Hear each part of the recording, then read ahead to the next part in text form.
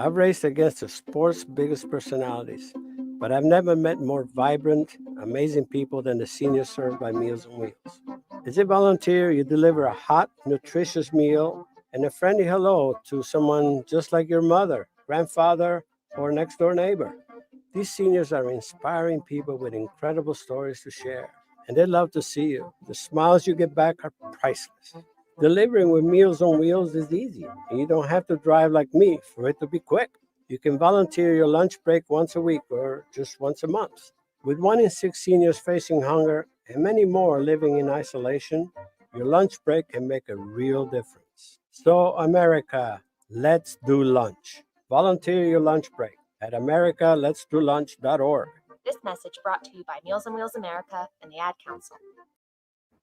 Okay, Simon, what are you wearing right now? Nothing. That's right. And what do people normally wear? Clothes. Exactly. So now Mommy's going to teach you how to dress yourself. Clothes keep us warm, they look good, and if we go out without them, the neighbors will talk. So it's important to know how to get dressed. Here's how it's done. Underwear always comes first, name tag at the back, then pants, then shirt. Get the first button in the right hole or you have to start all over. If you're wearing a tie, it goes over, round, through, and pull tight. Tuck your shirt into your pants and zip up your fly. Socks going first, then shoes right on right, left on left. With shoelaces, just take the ends, cross them over, switch the loops. The rabbit goes down the hole, pull tight, and you're left with bunny ears. I love bunnies. Good to know. Now remember, spots don't go with stripes, socks don't go with sandals, and if you've tucked in your shirt, wear a belt. Got it? Why are your pants on your head? Most parenting is hard to do in just 2 minutes. But spending just 2 minutes twice a day making sure they brush their teeth is easier and could help save them from a lifetime of tooth pain. For fun 2-minute videos to watch while brushing, visit 2min2x.org.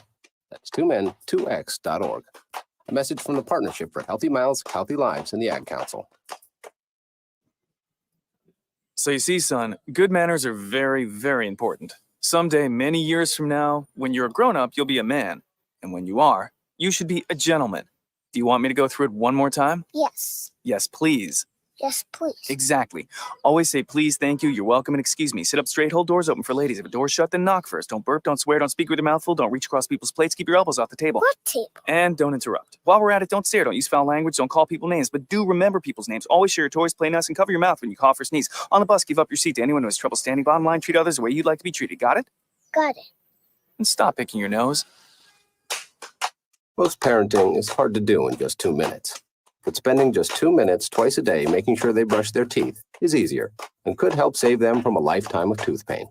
For fun 2-minute videos to watch while brushing, visit 2min2x.org. That's 2min2x.org. A message from the Partnership for Healthy Mouths, Healthy Lives, and the Ad Council. Hey, there he is. How's it going? I'm having a stroke. Are you going to shake my hand or what? I'm having a stroke. Wow, you're not even moving your arm. I'm having a stroke. Are you okay? I'm having a stroke. Your face looks weird too. I'm having a stroke.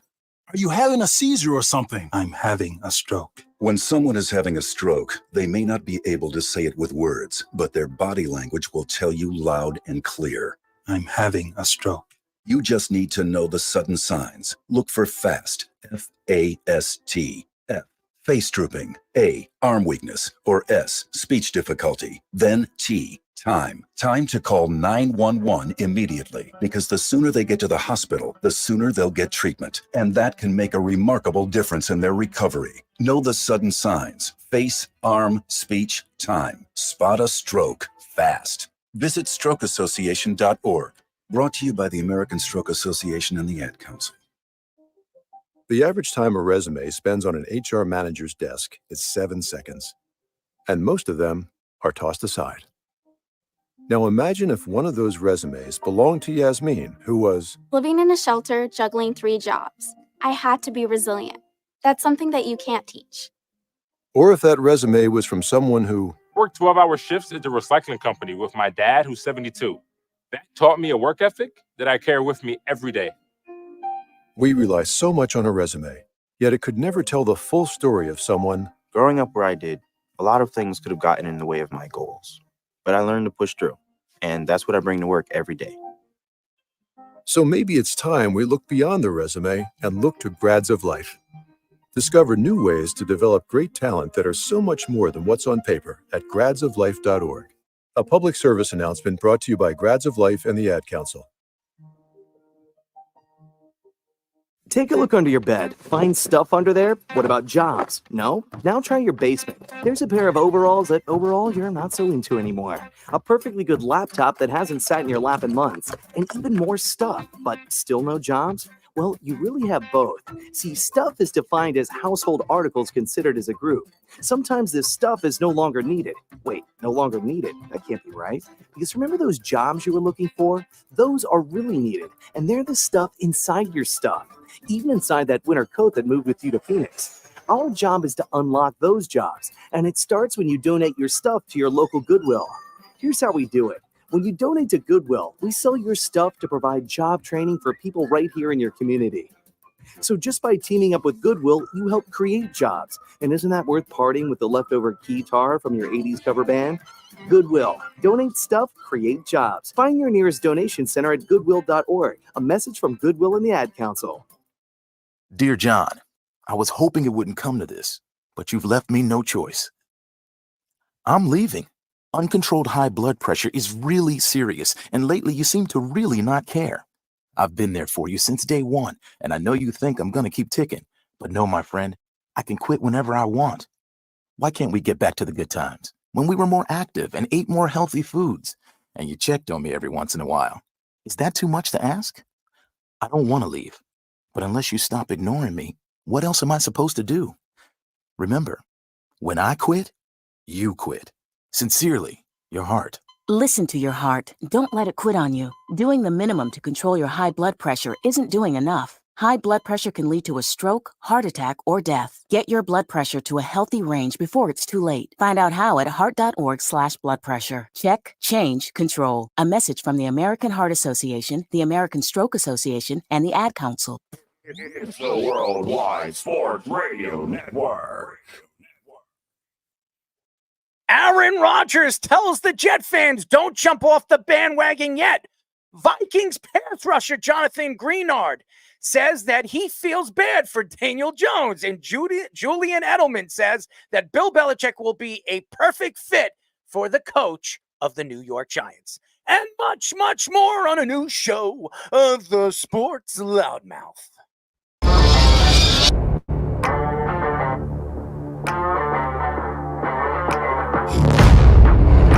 Doc Rivers is going to have Damian Lillard run very fast out of town.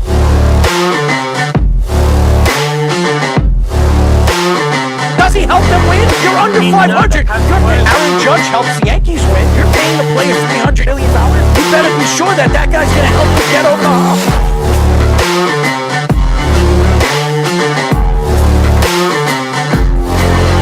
For some reason, this guy is completely lost on calling plays. Maybe he's a therapist.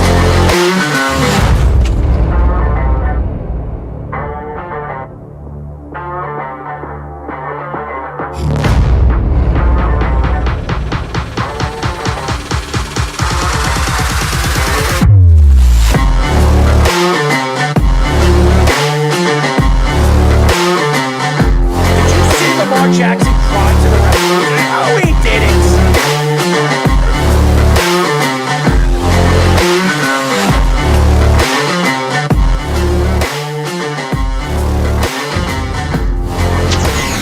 We are back for a new show of the Sports Loudmouth. I'm your host, Errol Marks, my co-host, the Speedster, Speedy Petey, and our executive producer, Mr. Tommy. No, I'm just kidding. Aaron Fishman, and our Sports Minute guy, our Sports Minute, Tommy Scoops. 631-672-3108 is the number to call. Go to our website at www.worldwidesportsradio.com. Go to all and check out all our shows by going to the website. And you can check out the Sports Loudmouth, which airs every single Tuesdays and Thursdays at 7 p.m. All you have to do to tune in and check out our local listings for all our shows is go to our website at www.worldwidesportsradio.com. I'm flabbergasted today. Today is 9/11. It is a terrible thought. I remember in 2001, when the Twin Towers went down, where I was, and it was a horrible sight. It was a horrible scene. And to see the towers go down and people jumping off the towers, it was horrible. It was absolutely horrible. Many, many people died on this day.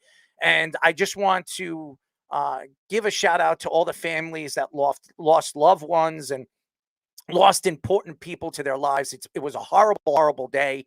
But we see what's going on in the world right now, and we just hope that it's going to get better. So my heart goes out to the families that lost so many people on that day in 2001. Speedy, what's up, man? Yep, same here. Shout out to all the first responders, all the military, everyone that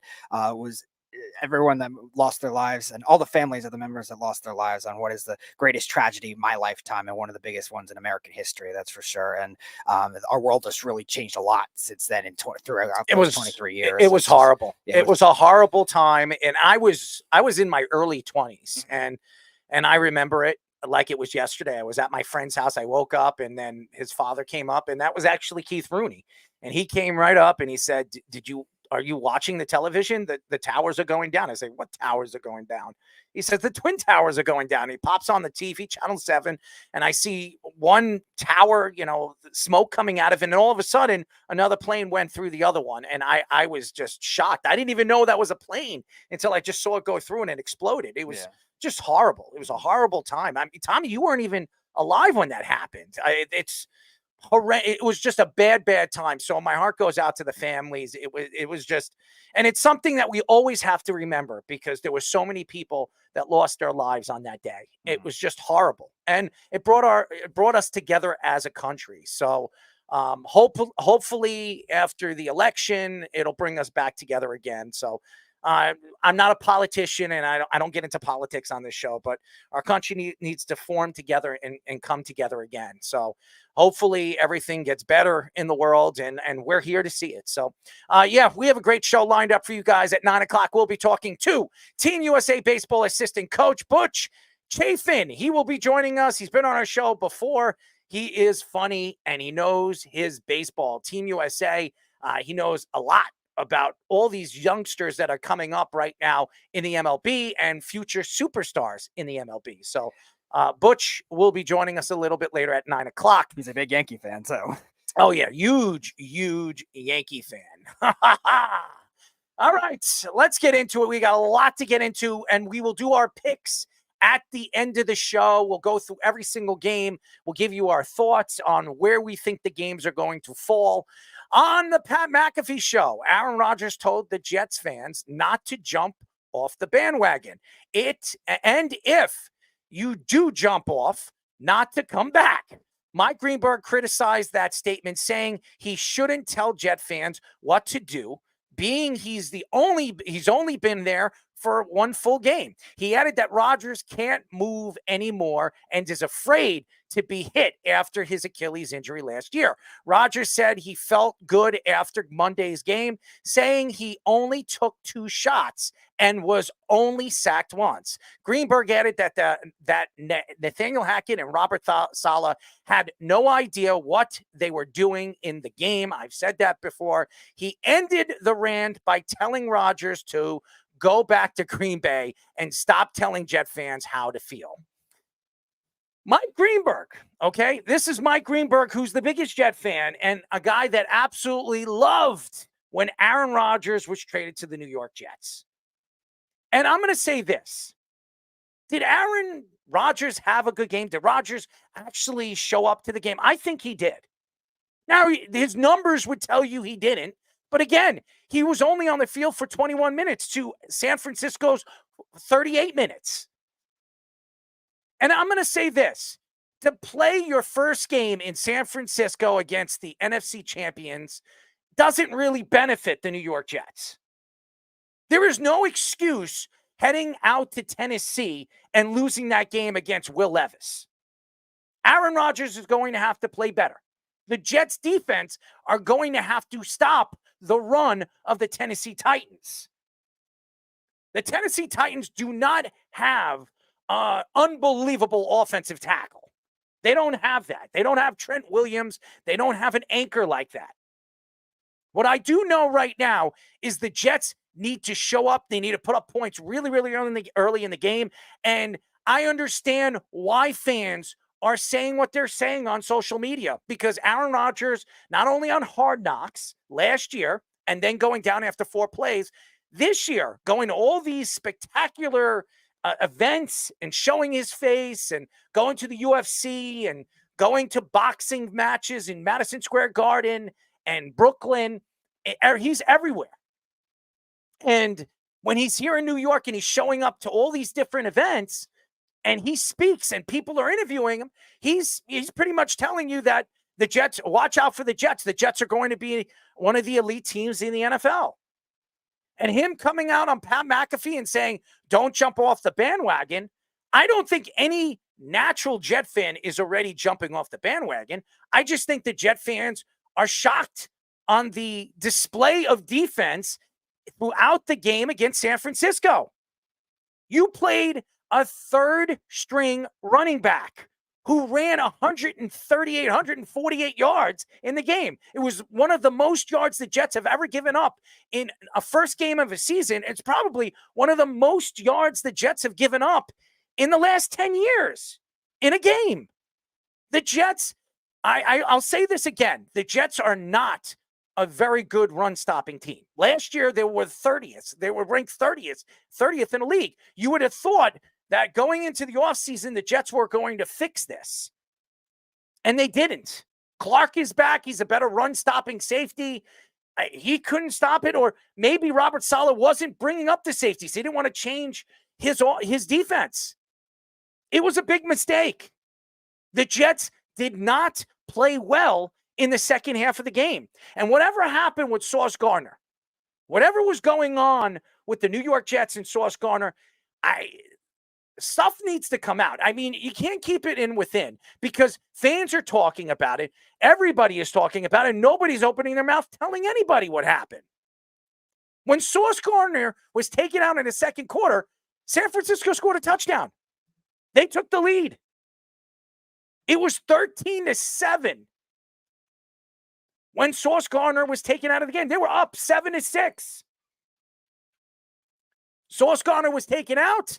They scored a touchdown. Now, again, one player isn't going to change the defense. It's not, because teams are going to throw away from Sauce. But again, having him on the field, it would have changed different audibles. Maybe C.J. Mosley would have shifted the defense. Maybe blitzed on the left side because you have a guy that can play one-on-one as good as Sauce Gardner. Now, as far as Pat McAfee and his show and Aaron Rodgers showing up on that show, I think that Aaron Rodgers got to stop going on the Pat McAfee show. Because every time he speaks, it pisses people off, especially Jet fans. Now, Mike Greenberg, he's on ESPN. He has his own thoughts. We all know he's Mr. Jet. He was so excited when Aaron Rodgers came here. Now, all of a sudden, he thinks that Aaron Rodgers is slow. He's not the same player. He needs to shut up. And watch, if Aaron Rodgers puts up 350 yards and 3 touchdowns on Sunday afternoon, Mike Greenberg will be biting his tongue. I don't know what Aaron Rodgers is. I don't know if Aaron Rodgers is going to be the same Aaron Rodgers he was in Green Bay. But he hasn't played for a year and really a year and 2 months. He hasn't played at all. It's going to take a while for him to get his rhythm back. He's also playing with new wide receivers. He's not playing with Devontae Adams. He's playing with Garrett Wilson. He didn't get a chance to play with Garrett Wilson last year. He only had Garrett Wilson on the field for 4 plays.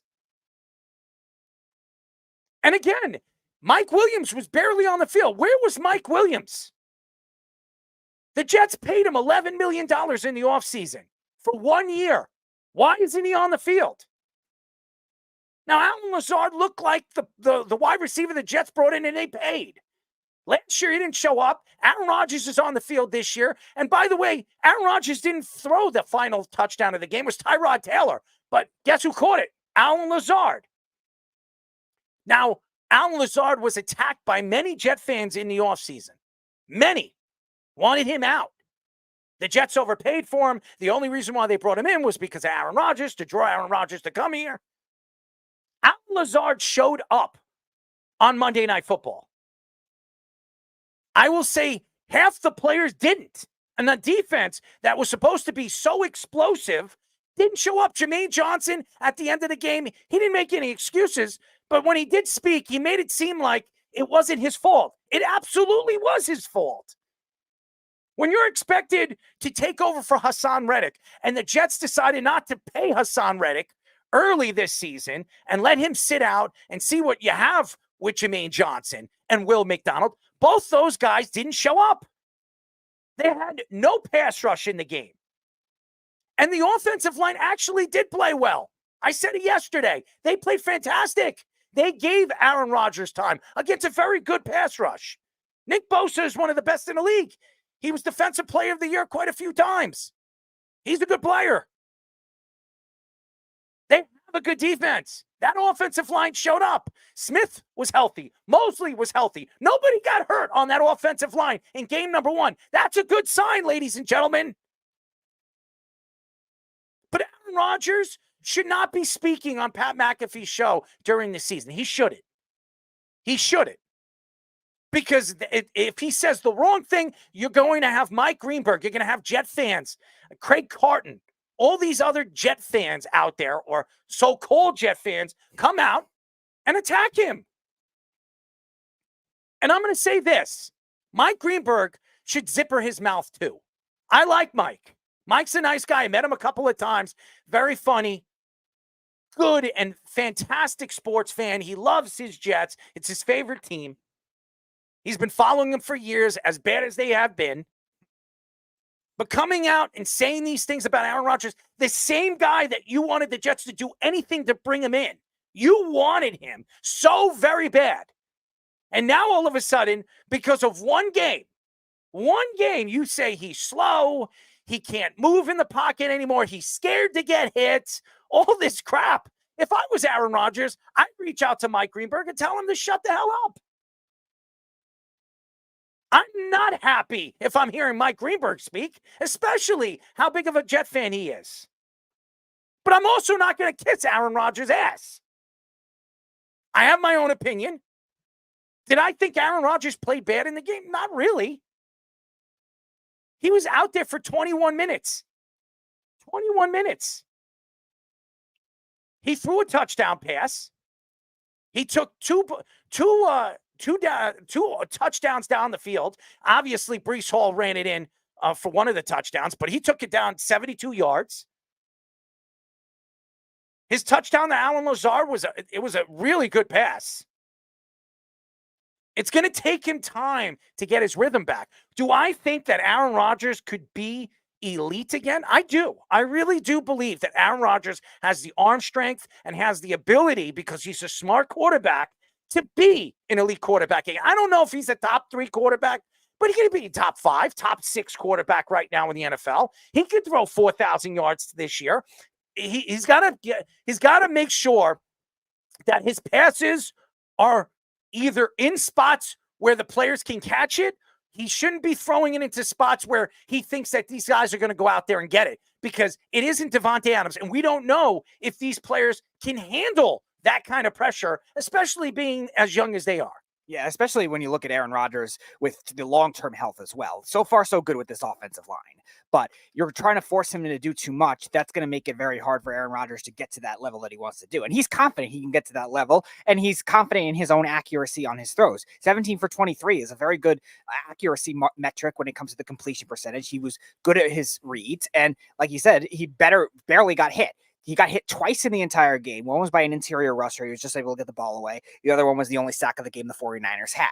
That's good showing for the Jets offensive line, which is a new unit too. 3 new players on it. Sometimes it takes time for them to mesh, and they did very well against one of the best pass rushers in the league. If Aaron Rodgers figures out what this offense can do, because this offensive line is going to hold up. If they can stay healthy this year, this offense will be able to make plays, because the offensive line is going to be able to protect them. He has got 2 Pro Bowl players on that line. Elijah Vera Tucker is also, he could be an all-pro player when healthy. Tidman could be an all-pro player. He could be one of the best centers in the league. You're talking about a possible opportunity where you have 3 all-pro players on one roster, on one offensive line, and 2 of them are very, very young. So There is no excuse to this team, and this team can't put up numbers. This team should be averaging between 21 and 30 points a game.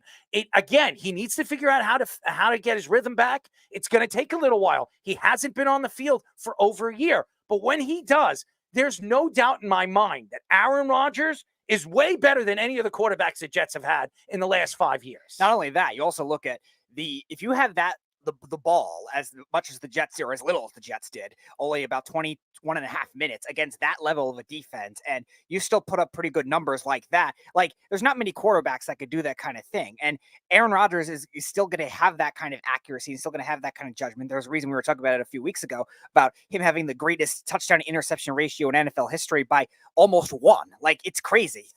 That doesn't happen overnight. That comes with decision making. Now, as far as the statement goes, yeah, he's going to be an outspoken guy. Jets fans, anyone knew that was going to come when Aaron Rodgers was being traded for. But Mike Greenberg, if you want him to go back to Green Bay, what's the other option? Like, he is afraid. There's no question that he's afraid. When you tear your Achilles and go down as quick as you did last year, when everybody expected you to play a full season and take the Jets to the playoffs, of course he's afraid. But when he figures things out and he believes and trusts in his players, especially the offensive line, that they're going to be able to protect him, he's not going to be afraid anymore. He's going to be able to move inside and out of the pocket, and he's going to be able to take chances moving outside of the pocket and making plays with his legs. But right now, he's not going to do that because he still needs to know if this offensive line is going to hold up and protect him, something the offensive line could not do last year. So, of course, he's afraid, Mike. Of course he is. Now, again, the New York Jets have to keep this player and Aaron Rodgers quiet. He doesn't need to go on the Pat McAfee show and speak about certain things that are going on in the locker room or even certain things that are going on with him. He needs to keep, and if he's going to go on Pat McAfee's show, which he probably will because he's getting paid for it, then he needs to keep it at a bare minimum. I would not spit out anything that's going to get him in trouble because he did say something that pissed people off. When you come out and say, stop jumping off the bandwagon, that's going to piss the Jet fans off because Jet fans have never jumped off the bandwagon. No. Because if they did, the Jet fans still pack out MetLife Stadium. The Jets sell out a lot of games. In the beginning of the season, especially last year, the Jets are always packing out the stadium.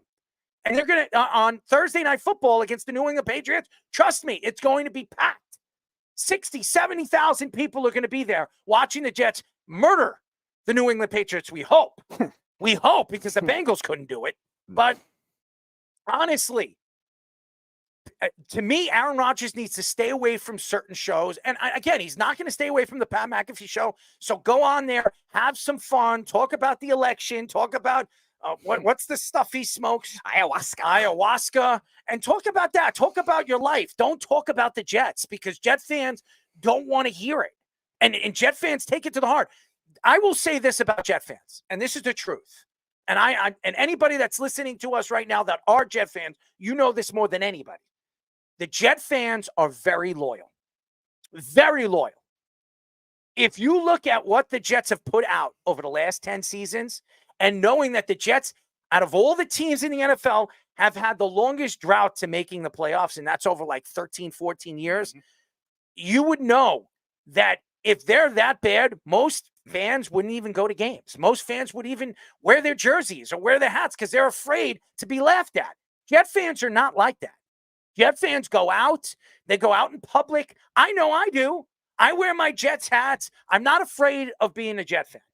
I don't go out there and say, well, I'm a radio show host and I'm a Jet fan, but I'm a Jet fan. I'm an honest Jet fan. And I'll tell you this again. I like the Eagles too. I'm a diehard Jet fan, but I also root on the Eagles. I'm not going to hide away from that. People are going to say, why are you like the Eagles? I grew up a Donovan McNabb fan. So, of course, I'm going to like the Eagles. I've followed them for all those years. I liked Terrell Owens when he went over there, but I always loved Donovan McNabb. So even as a Jet fan, because the Jets sucked so bad when I was younger, when the Jets never made the playoffs, I needed to root for somebody. I rooted for the Eagles. It just happens to be that way. And everybody says, well, then you're a front runner. How am I a front runner? No. I'm a Jet runner. I am a Jet fan. I am a Jet fan. I wear Jet. Do you see me wear Eagle hats on this show? Do you? You never see me wear Eagle hats. Not only that, the Eagles weren't really like a powerhouse. They were a good team. I don't buy Eagle hats. Now, Eagle hats. But I will do this, and I've said this before. I am thinking about buying a Saquon Barkley Eagles jersey. Why? Because I like Saquon. He grew up a Jet fan. He's from this area. And, again, he's an Eagle. So if he went to the Jets, I'd be wearing a Saquon Barkley Jets jersey. But, again, I go back to this whole Aaron Rodgers thing with Mike Greenberg. Mike, you wanted him here. Mike, you knew he was going to draw a lot of media and a lot of craziness for the media to either, if they're winning, they're going to say a lot of great things. And if they're losing, they're going to beat him up. So you knew this was going to happen. So again, you're going to attack him because of one game, and you're going to, if he loses against Tennessee and he doesn't play well, then you have every right to attack him. Yeah. Every right to attack him. Because Will Levis should not beat the New York Jets. No. Will Levis should not put up 25, 30 points against the New York Jets. If he does that, yeah, everybody has a right. Anybody, any Jet fan, any analyst has a right to make fun of the New York Jets. Because even though it's in Tennessee and people still expect Tennessee to be a pretty good team this year because of the weapons they have on the field, nevertheless, you know that the Jets are way better of a team than Tennessee. Yeah, and the reason for Robert Saleh to not be able to actually coach like an actual coach for one, too. You saw the Titans be able It's not Robert Saleh. It's Bambi Saleh. Oh, that's right. Bambi. Which, by the way, Errol will definitely wear his Bambi Saleh shirt. I am getting shirts made. I am getting shirts made. I promise you guys, before the season's end, I'm going to go out there and I am going to actually make Bambi Saleh shirts. And I'm gonna go to a Jets practice and I'm gonna hand it out. People are gonna be like, "What the hell is this?" But I'm gonna do it. I'm gonna get like 30 shirts made. I'm gonna hand it out to everybody. And I know people are gonna take it. It's free. Who wouldn't want to wear that? I would love to throw it to Robert Saleh because it'll piss him off. Yeah, it would piss him off if I threw him a Bambi Saleh shirt. But he's Bambi. Yep. And a message for Bambi on your defensive game plan. If you look at what Tennessee did last week, the Titans ran the ball very efficiently. That's a great picture, by against the Chicago Bears. You just struggled against the run, allowing Jordan Mason to run for 147 yards on you. Maybe have a better game plan to stop the run and trust your secondary to go one-on-one with these Titans wide receivers. Now, granted, Ridley and Hopkins are good players. I'm not saying they're not, but Hopkins is not 100% healthy, and Calvin Ridley's just learning a new scheme. Trust your guys, play more man coverage or single coverage, and then stop the run. Figure that out. Do be a coach. I've been saying this, and they should have done that in the second half against the San Francisco 49ers. You have 3 quality corners, probably the best corner in the NFL in Sauce Gardner. And then you have Michael Carter, who was a top 15 corner for the last 2 years at the slot. And then you have DJ Reed, who's been a top 10 corner throughout the league in the last 2 years. If you have those kind of weapons on that side of the field, why don't you use those weapons? And you don't have to play. You don't have to play with a safety going under. You take those safeties, bring them up, and let Allen, let those guys, let Clark try to stop the run, clog up the middle, and make them become one-dimensional. That's what the Jets should be doing. And I don't understand it. Why is Robert Saleh doing this? Because he doesn't like to change his defense. He doesn't like to blitz. He doesn't like to do that. Well, guess what, Robert, or A.K. Bambi? You need to figure out what works and what doesn't. That's what makes a good coach. And something tells me he doesn't understand what it is to be a good coach. Nope. Because if he did, the Jets, even though they probably wouldn't have won that game on Monday Night Football, they would have been closer to winning the game by some of the dumb mistakes he made as a defensive-minded coach. Yep. One thing the Jets need to do is guard the flats, definitely. Tony Pollard and Tyjae Spears are both more outside runners. Guard the flats. You don't need to blitz eccentrically, Bambi, but at least have your guys stay disciplined and guard the flats. Trust your corners in man coverage. I know you don't like to do that. I don't know you like to have Sauce shadow the number 1 guy all the time, but you have to try it at some point against a team that ran the ball very efficiently last week in the Titans. Play zone. If it works for you, play zone. Do something. If it's not working man to man, and he does this all the time. He puts Sauce on the best guy. Look what he did to Ayuk. So he stopped Ayuk, but if you stop Ayuk, you still have Deebo Samuel, you still have Kittle, you still have a running game, which, by the way, this running back that nobody even heard of until that night, and somehow puts up 48 yards in the game and scores 2 touchdowns. That's embarrassing. That's embarrassing. This isn't Christian McCaffrey. Could you imagine if Christian McCaffrey played in that game? Do you know how many? He probably would have had 3 or 4 touchdowns in the game and 180 yards. Okay, that's embarrassing. And yes, Jet fans are pissed off. They shouldn't be pissed off at the offense. The offense didn't do anything. They weren't even on the field. It wasn't the offense's fault. It was the defense. They had, how many third down stops did they have in that game? 1? They had 1. That's embarrassing. Yeah, great job, Bambi Sala, leaving your smaller corners on a bigger-bodied receiver in Juwan Jennings. You had a top 5, top 6 defense in the NFL last year. And they had problems on third downs last year. They did. But they were the best red zone team in the NFL. Right. And they were one of the best when it came to throwing the ball and stopping the throw. And they didn't have allow a 300-yard passer last year. No. But here's the problem that they had last year. They couldn't stop the run. They could not stop the run. And knowing that in the offseason, why did the Jets clean that up? Why didn't the Jets say, you know what, we need to find somebody that's going to clog up the middle and do one thing, stop the run? And you have a guy that can stop the run, and Quentin Williams. But here's the problem. If you're not getting a pass rush from anybody on the outside, you need it from the inside. And that's what Quentin Williams was trying to do on Monday Night Football, but he was getting triple teamed. Yeah, and they move Quinn into the edge sometimes too, which helped a little bit in the first half, but not much in the second. It didn't make any sense. None of it. None of the play calls, especially defensively. It didn't make any sense. Now, obviously, the Jets have one of the better defensive coordinators right now in football, who's probably going to be looking to get a coaching job at the end of the season.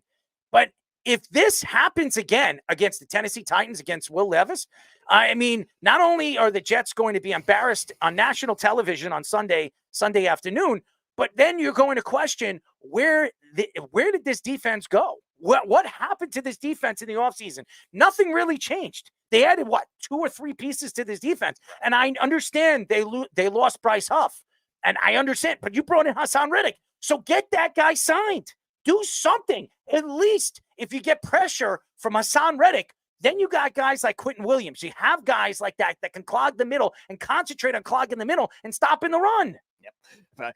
Hassan Reddick's versatility, too. Like, you could play him everywhere. Like, he can roam around. Like, Robert Saleh cannot be stubborn with his defense like he likes to be if you have somebody like that. I don't know what's going on with that. I mean, has anybody heard anything with Hassan Reddick? I know Hassan Reddick is sitting in the driver's seat now because he knows the Jets need him. And if the Jets lose this game, there's no doubt in my mind Joe Douglas will give him what he wants. He's going to have to. Because if they can't get a pass rush in a game like this, Tennessee's offensive line's okay. It's not a good offensive line.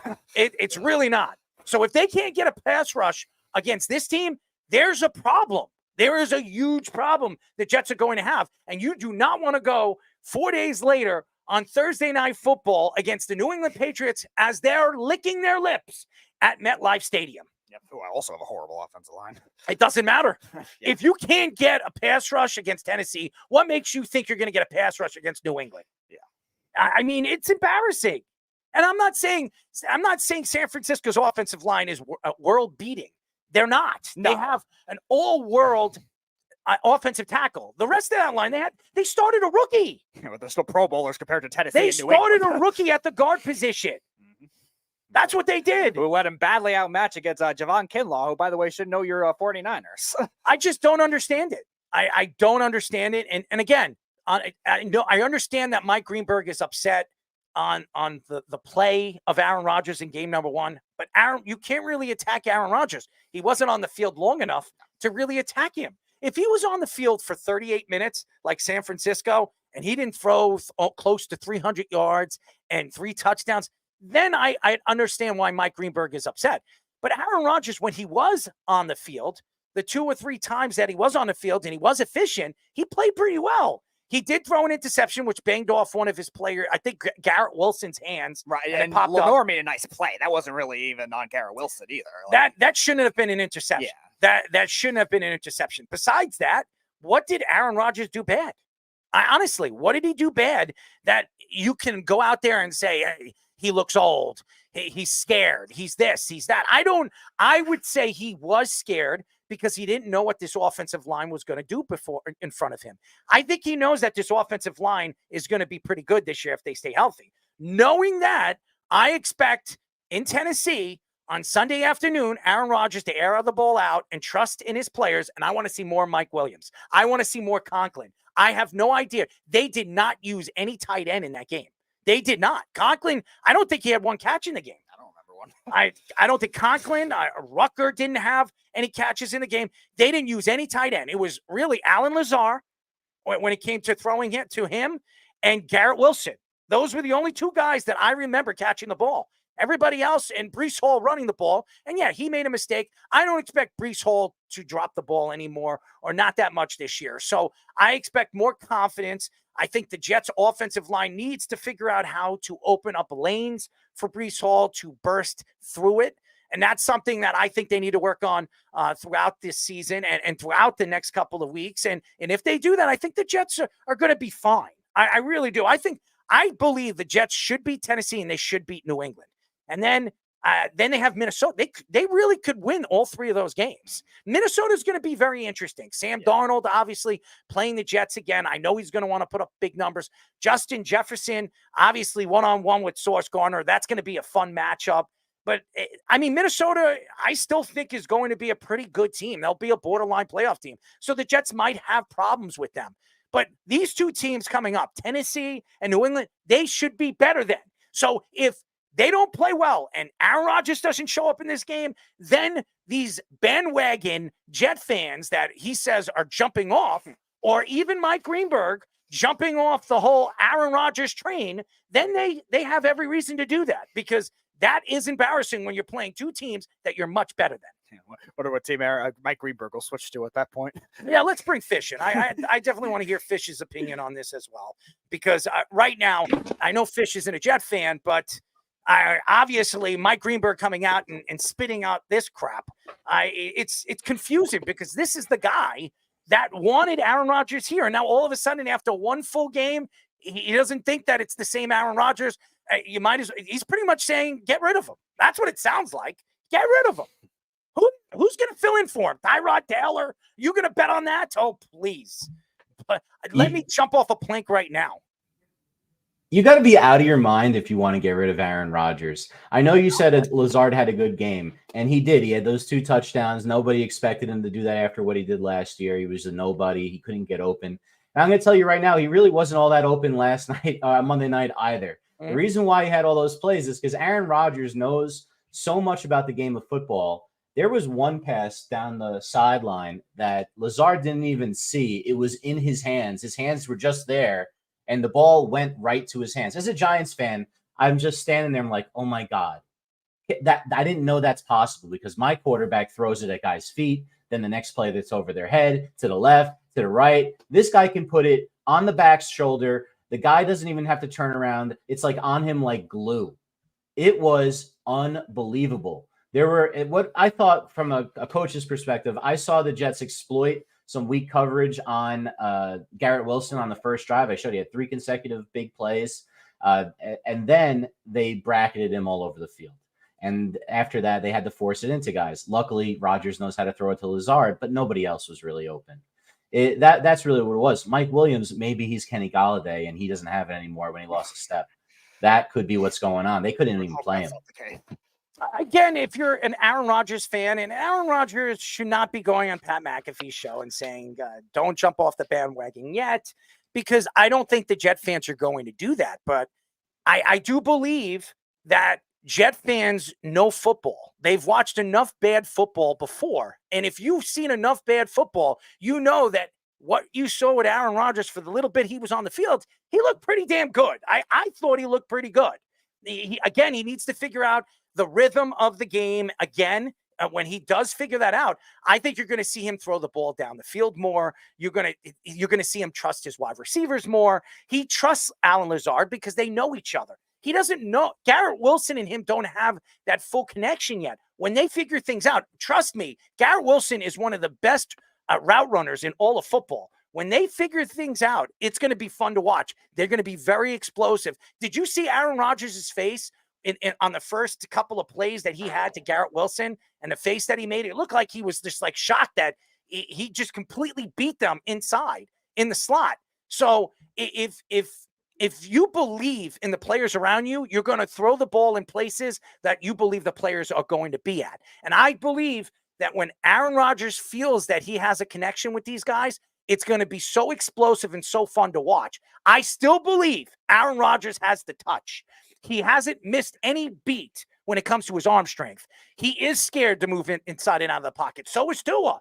So is half these quarterbacks. Russell Wilson's scared to move inside and out of the pocket now because of his injury. Even guys like Joe Burrow. You think Joe Burrow is believing that this offensive line is going to protect him throughout the game? Not a chance in hell. But when he has to make something and he has to make a play out of nothing, he's going to do whatever it takes to help his team win. So I believe Aaron Rodgers will do the same. And I think this offensive line is much better than it's been in a very, very long time. Are you saying that Alan Lazard is auditioning for the role of the new Kadarius Toney at Pot Hands in New York? I don't know about that. I'll tell you this. Rodgers is just such a master of his craft that it's not even, Errol, I don't even know if it's the two of them have to get on the same page. Rodgers just has to know what it looks like when these guys run routes and what their body language is going to be. If these guys can be consistent, he'll figure it out real quick. He's just so good. I'll say this. He throws the pick on the play where he doesn't really get his feet underneath him because he had to move off his spot.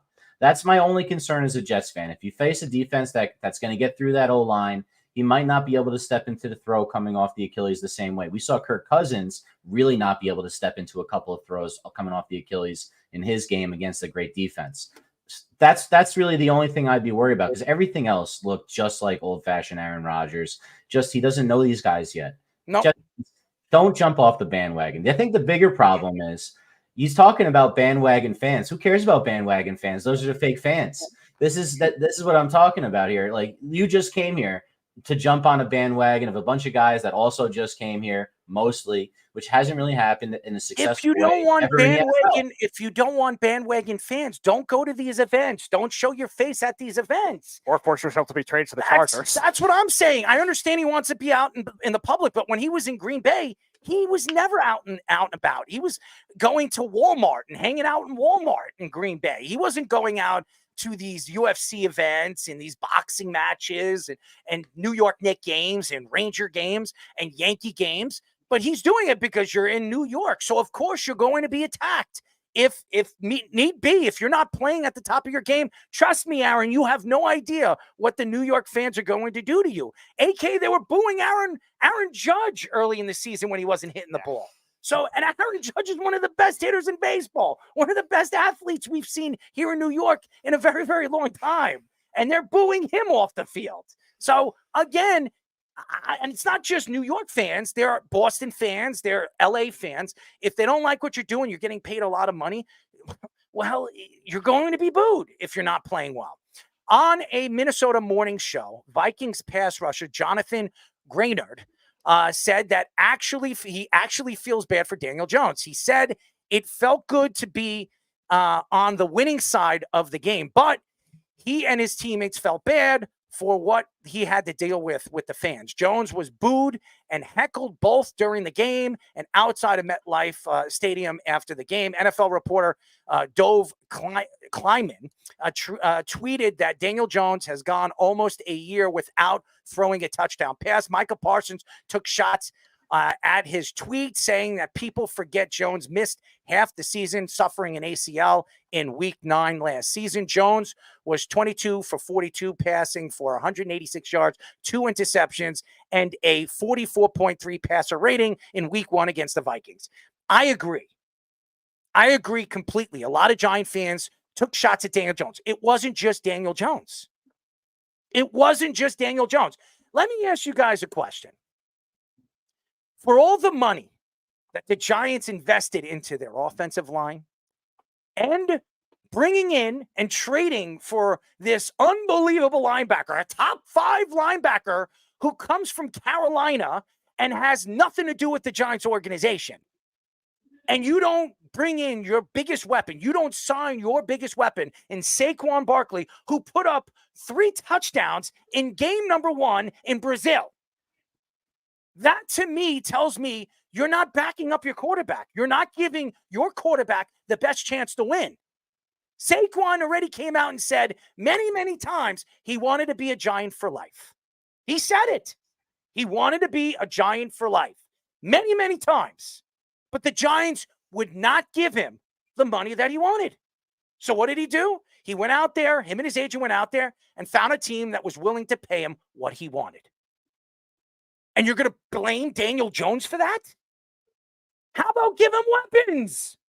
I don't want to hear about Wandale Robinson or Darius Slayton or Malik Neighbors having 6 catches for 58, 60 yards.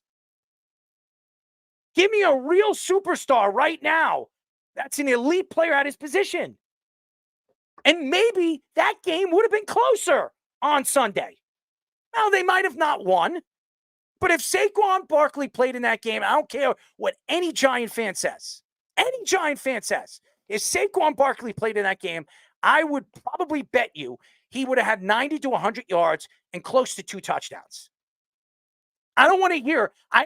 Anthony Andriosi, I speak. He's a big Giant fan, and we speak a lot, during the day when he's going to work. And he told me that Motor had a good game. I said, Motor had a good game. He had 10 carries for 38 yards. That's a good game. Motor is not Saquon Barkley. Singletary is not even close to the player, Saquon Barkley. I'm going to tell you guys this right now. On that Eagles team, Saquon Barkley will be up for Offensive Player of the Year. No question. If he stays healthy this year, he will be up for Offensive Player of the Year. I wouldn't be surprised if he has 15, 16 touchdowns, like Mostert numbers. 15 to 18 touchdowns this year, probably with about 1,700, 1,800 scrimmage yards, running and catching. He will be the best weapon, even with A.J. Brown and Devontae Smith. He will be the best offensive weapon the Eagles have. And why couldn't the Giants give him the money? He wasn't asking for $100 million. They paid a linebacker that had nothing to do with the organization. Now, I'm not saying he's not going to be good. He didn't look good in game number 1 against an offensive line that's really not that good. Dexter Lawrence played well, but he was the only one that actually showed up to the game. And Kayvon Thibodeau is an absolute bust. I don't care what any Giant fan tells me. He is not as good a player as everybody thinks he is. He's not. When he plays against bad offensive lines, he shows up. He gets 2.5 sacks, 2 sacks. He reminds me, and I'm not saying he's not anywhere close to the guy that I'm going to speak about, J.J. Watt. When I watched J.J. Watt, he would play against great offensive lines, and he wouldn't even get 1 sack. He wouldn't even get close to the quarterback. And then he would play against subpar or even really bad offensive lines, and he would have 3 sacks in the game. He finished the season with 17, 18 sacks, 20 sacks, and you're like, oh, this guy's a beast. He is, I'm going to say this right now, TJ Watt is so much better than JJ, it's beyond me. TJ is way better than JJ, and it's crazy to say because JJ's a Hall of Famer. TJ is going to be an all-world. TJ could go down as one of the greatest pass rushers to ever play this game when he's done. Ever. But I'm going to tell you this right now. If you're hearing this from players that played against Daniel Jones and feeling bad for Daniel Jones, it says a lot about what the fans were doing to him. It's despicable. I watched it. He was walking out of the stadium and people were like booing him. And then they were like, could I have $1 million? You're not worth $1 million. Could I have this? Could I have that? You're a loser. You're a loser. Boo. Don't come back. We don't want to see you anymore. You suck. Could you imagine being a quarterback, the starting quarterback of your team, and he's walking away? He had a bad game. He's already emotional. And every single fan, when you're walking out, are waiting for you to boo you and call you names. How would you feel? Would you like it? I wouldn't like it. That takes away confidence. You don't want to do that to your quarterback. You're going against Washington this week. You should beat Washington. You should. If the defense actually shows up, I expect the Giants to win that game. If Daniel Jones puts up 280 yards and 2 touchdowns, Giant fans are still going to boo him. They're not going to be satisfied with that. They want him to throw 350 yards, and they want him to run 60 yards and get 2 touchdowns and dominate the game. Then they'll start believing again. He's not that type of quarterback. He is not Aaron Rodgers, even though some WFAN, analysts believe that he was at one point, which I'm not going to mention any names. I've said it enough on this show.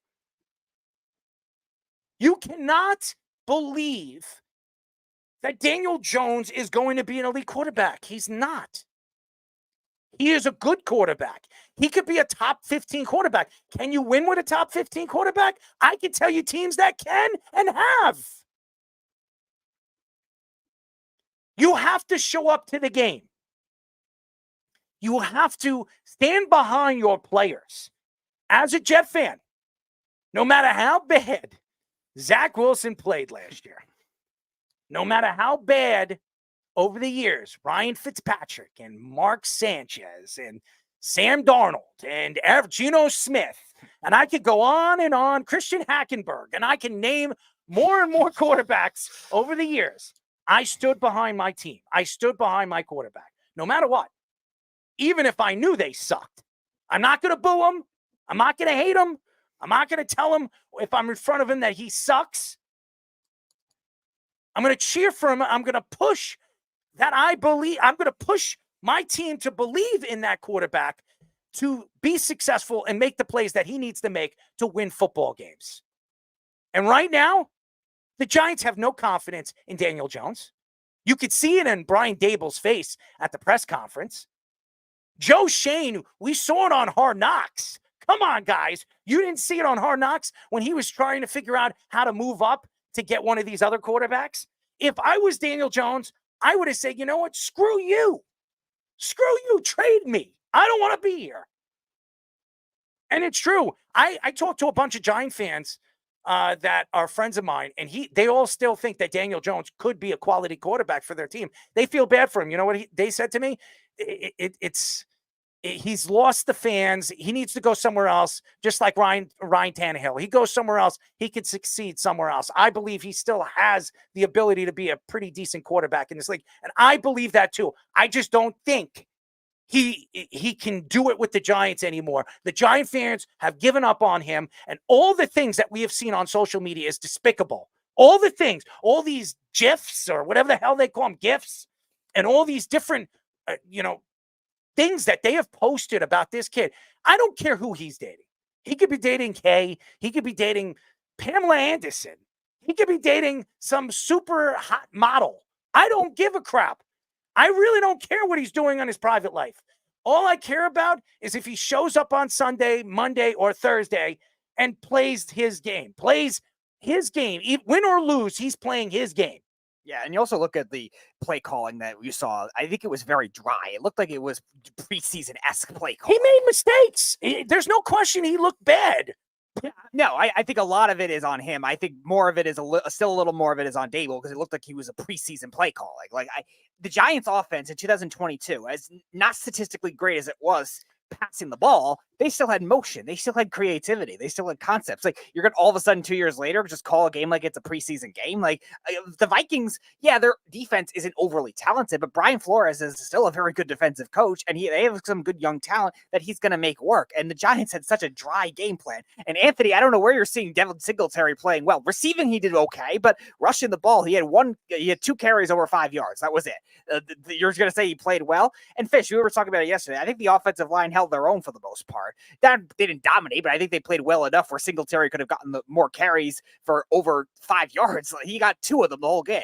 That's not going to win you football games when your receiving core and your rest of your team is not playing well around you. And Brian Dable, I just thought it was just too dry of play calling.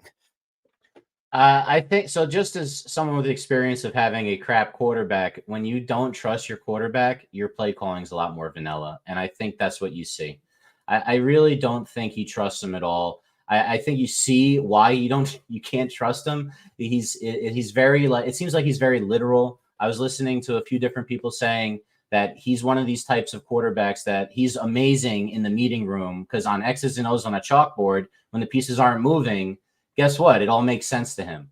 But once you still have guys move around, it's like he's a deer in the headlights. Another Bambi out there, just not knowing what's going on. He runs into sacks. He has escapable pockets he doesn't escape from. He doesn't use his speed when he should.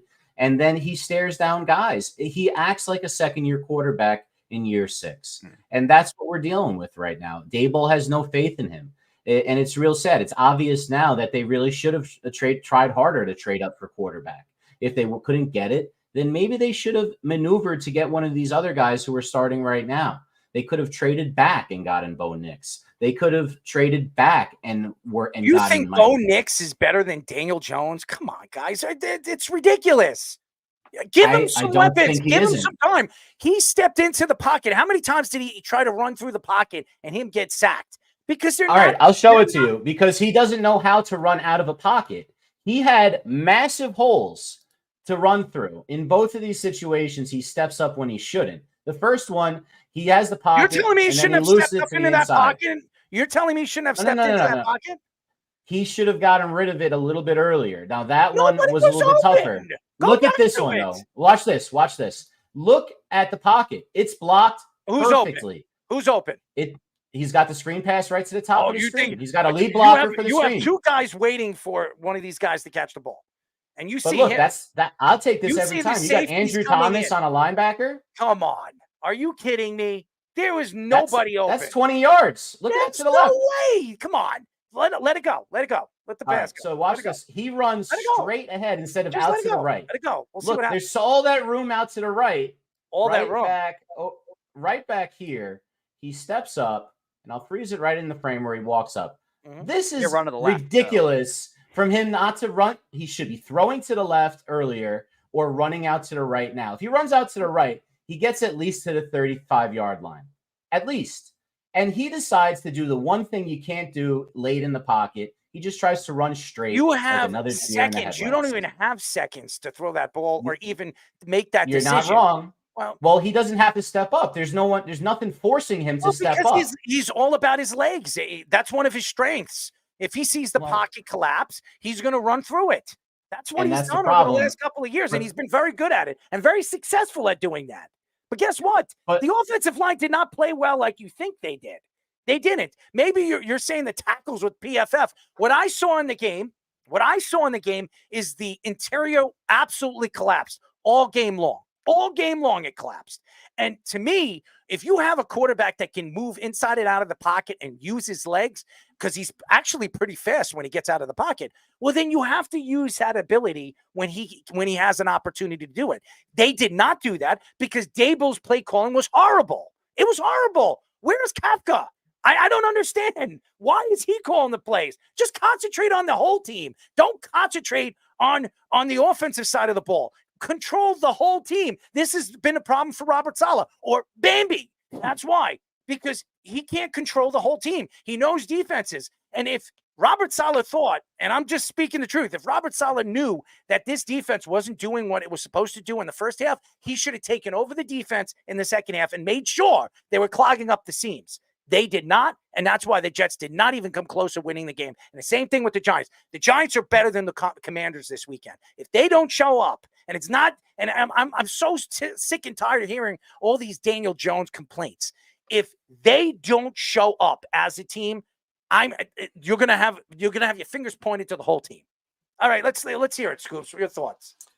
I mean, why is it an ongoing theme right now? Why is it an ongoing thing that so many people are ready to throw so many people under the bus? You were just talking about what Greeny, he was so ready to throw Aaron Rodgers under the bus, and now we have here Daniel Jones. Now all the fans, I do agree completely with the sense that I think that he does need more weapons because look at the game that he had. I mean, yes, it was a horrible game for the Giants, horrible game for Daniel Jones and that offensive line.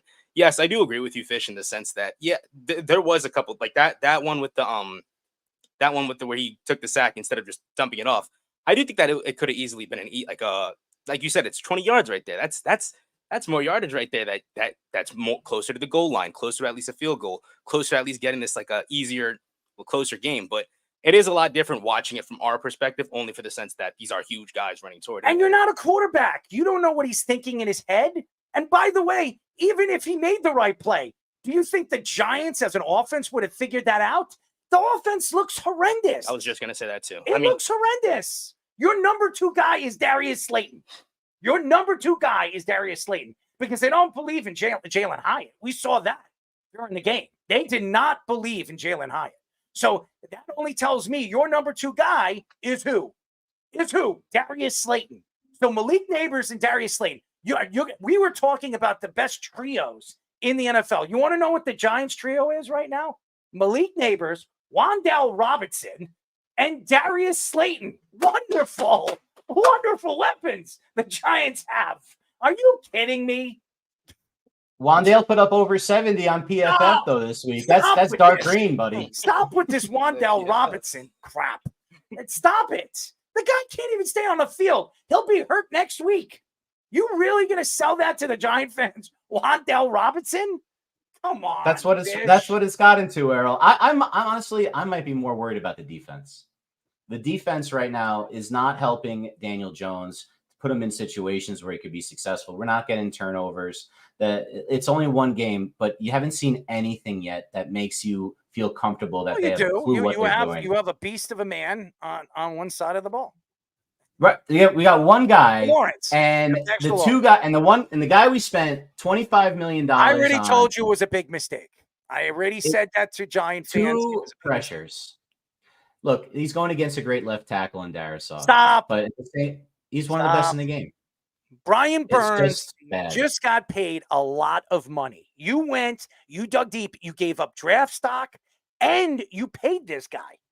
If he's not going to show up every single week, this guy should have had like 11 tackles. How many tackles did he have? 5? He had 5 tackles. This guy's making 27, 28 million a year as a linebacker. He's the second highest paid linebacker in all of the NFL? What are they, nuts? You're going to pay a guy like this? I'm sorry. I would have given it to Saquon. Saquon at least would have showed up in this game and put up points. This guy didn't. And I'm going to tell you this right now. If you cannot get to Jaden Daniels and put pressure on Jaden Daniels, Brian Burns, I'm going to tell you this right now. The Giants are going to be ridiculed, because this guy should be an 8, 9, even 10 sack guy this year and be that leader that the Giants are paying. And I just don't see it. I don't see it. I don't.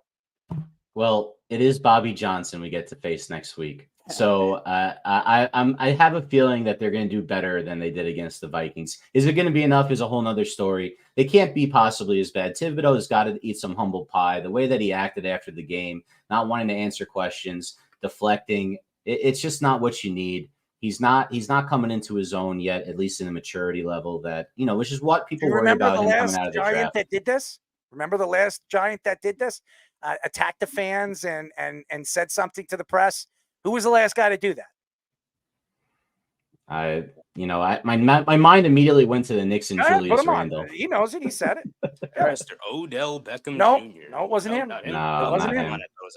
Happened last year. Evan Neal. Evan Neal was the first person in the last 2 years that opened his mouth, attacked the fans, and said something to the press, which pissed everybody off. And where's Evan Neal right now?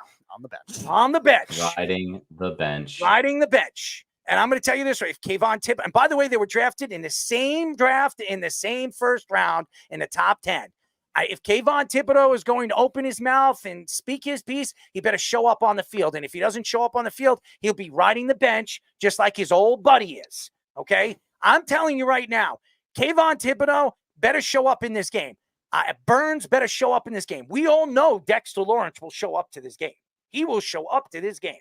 And I've been very impressed with Dexter Lawrence. Very impressed. Because not only does he show up to the game, you can see he's the leader on the field.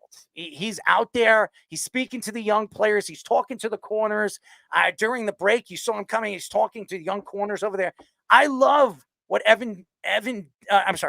Dexter Lawrence brings to the game. He brings that tempo. He brings that personality. And when he's out there, he's going to cause havoc in the middle. So incredible. I think he's the second best defensive tackle in all of football. Even better than Quentin Williams. It's crazy to think that. Yeah, he surpassed Quentin Williams last year. Yeah, he's better than Quentin Williams. He is. Right now, I would take him over Quentin Williams. I think he's playing at a Hall of Fame level. He's playing the nose Well, I don't know about way that. more often. Hold on. Listen, I'm telling you, look, Hold if you look on. at his stats, no nose is playing like him. He has stats of a guy like Chris Jones, but Chris Jones plays more outside. Nose tackles are often doubled, way more often than anything else. They're usually a two-down player. You can get away with a guy like, remember Snacks Harrison? He was a great two-down player. He was an all-pro, just playing first and second down primarily and third and short in goal line situations. This guy is a pass rusher from that point, is getting as much pass rush as you see from three techniques. That's huge stuff. He had the same amount of pressures as Aaron Donald last year. I think you're playing inside, getting 10%. double. Remember the stat I showed you, Fish, like 10% more. I think you're getting. I'm serious with the stats, though. I think you're going a little too fast right now. I think you're speeding. speeding. You're in the fast absolutely lane right. It's now. going to take many more years of him doing this. 5-6 years of now, dominance like this, yes, he will be a Hall of Fame candidate, no question. But he's going to have to do that in a 7-8 year span. I mean, Aaron Donald did it at a dominant level. Again, Dexter Lawrence has not been a first-team All-Pro player. When he becomes that, and he does that at least 2 or 3 times, then we can start talking about the Hall of Fame. But he's not that yet. But he's still very young. Dexter Lawrence is 23, 24 years old. He's got a tremendous amount of time to become that player that a lot of people believe he's slowly becoming. And I think he's special. I really do. And he's a good guy. I've seen him on different shows. I never met him, but I've seen him on different shows. He's got a bright smile, and he's a leader. He's just a leader on the field, and you can see that. When we come back, ladies and gentlemen, we'll get into more of some football conversation. Julian Edelman, yes, Julian Edelman believes that Bill Belichick would be a very good coach on the New York Giants. When we come back, we'll get into that. If Brian Dable doesn't exist anymore, and Peyton Manning and. Peyton Manning has some interesting things to say about Dak Prescott as well. When we come back here on the Sports Loudmouth. But first, our Sports Minute with Tommy Scoops. This is the Sports Loudmouth Sports Minute. Are you ready to get loud? With Tommy Scoops. What is up, ladies and gentlemen? Everybody knows I am Tommy Scoops to bring you all the Loudmouth Sports Minute. And starting off with some NFL news, Joe Burrow assures that his wrist is not an issue after being seen with visible discomfort against the Patriots on his surgically repaired wrist. Burrow says that his wrist is absolutely not affecting his throws. In other NFL news, the Vikings linebacker Andrew Van Ginkel did not practice today, as Van Ginkel actually popped up on the team's injury report today due to a foot injury, as the team looks forward to use the backup Dallas Turner going forward in the future. Lastly, the Chargers' Joey Bosa is limited in practice today, as the veteran edge rusher was limited with a back injury. However, it is uncertain how severe his injury is. Now it's time for Scoops to Scores. We're currently in the MLB. Right now, the Royals have a 1-0 lead over the Yankees at the top of the 5th, while at the bottom of the 6th, the Tigers have a 7-4 lead over the Rockies. The Rays and Phillies at the bottom of the 6th are currently tied at 2 apiece, while the Nationals have a 4-1 lead over the Braves at the top of the 7th. At the top of the 5th right now, the Twins have a 4-2 lead over the Angels, while the Red Sox have a 2-1 lead over the Orioles. The Reds, Cardinals, Athletics, and Astros are all starting off here right now with 0 runs on the board. That is currently all the time I have for you guys right now, and I'm going to kick it back to the boys for the continuation of the Sports Loudmouth. This is the Sports Loudmouth. 631-672-3108 is the number to call. You're listening to the Sports Loudmouth. I'm your host, Aaron Marks, my co-host, Mr. Speedy himself, the Speedster, the Killer himself. Go to our website at www.worldwidesportsradio.com. Check out all our shows throughout the week, including the Loudmouth with me and Speedy PD every single Tuesdays and Thursdays at 7 p.m. All you have to do to tune in and check out all the listings for all our shows is go to our website at www.worldwidesportsradio.com. This show is brought to you by StubHub, ladies and gentlemen. And how do you go to StubHub and order your tickets to concerts and different sports games? Well, ladies and gentlemen, you can go to our website at www.worldwidesportsradio.com. Hit the link that says StubHub and get a chance. You get a chance to get percentages off of different concerts, different games that you want to go to. You can go to Giant games. You'll be sitting in the boonies, but you can get tickets right now for $7, $8 right now.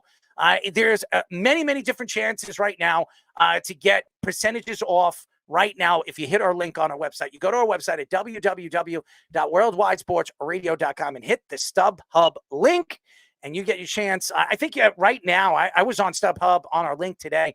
I was looking at tickets and prices for tickets, especially Jet games.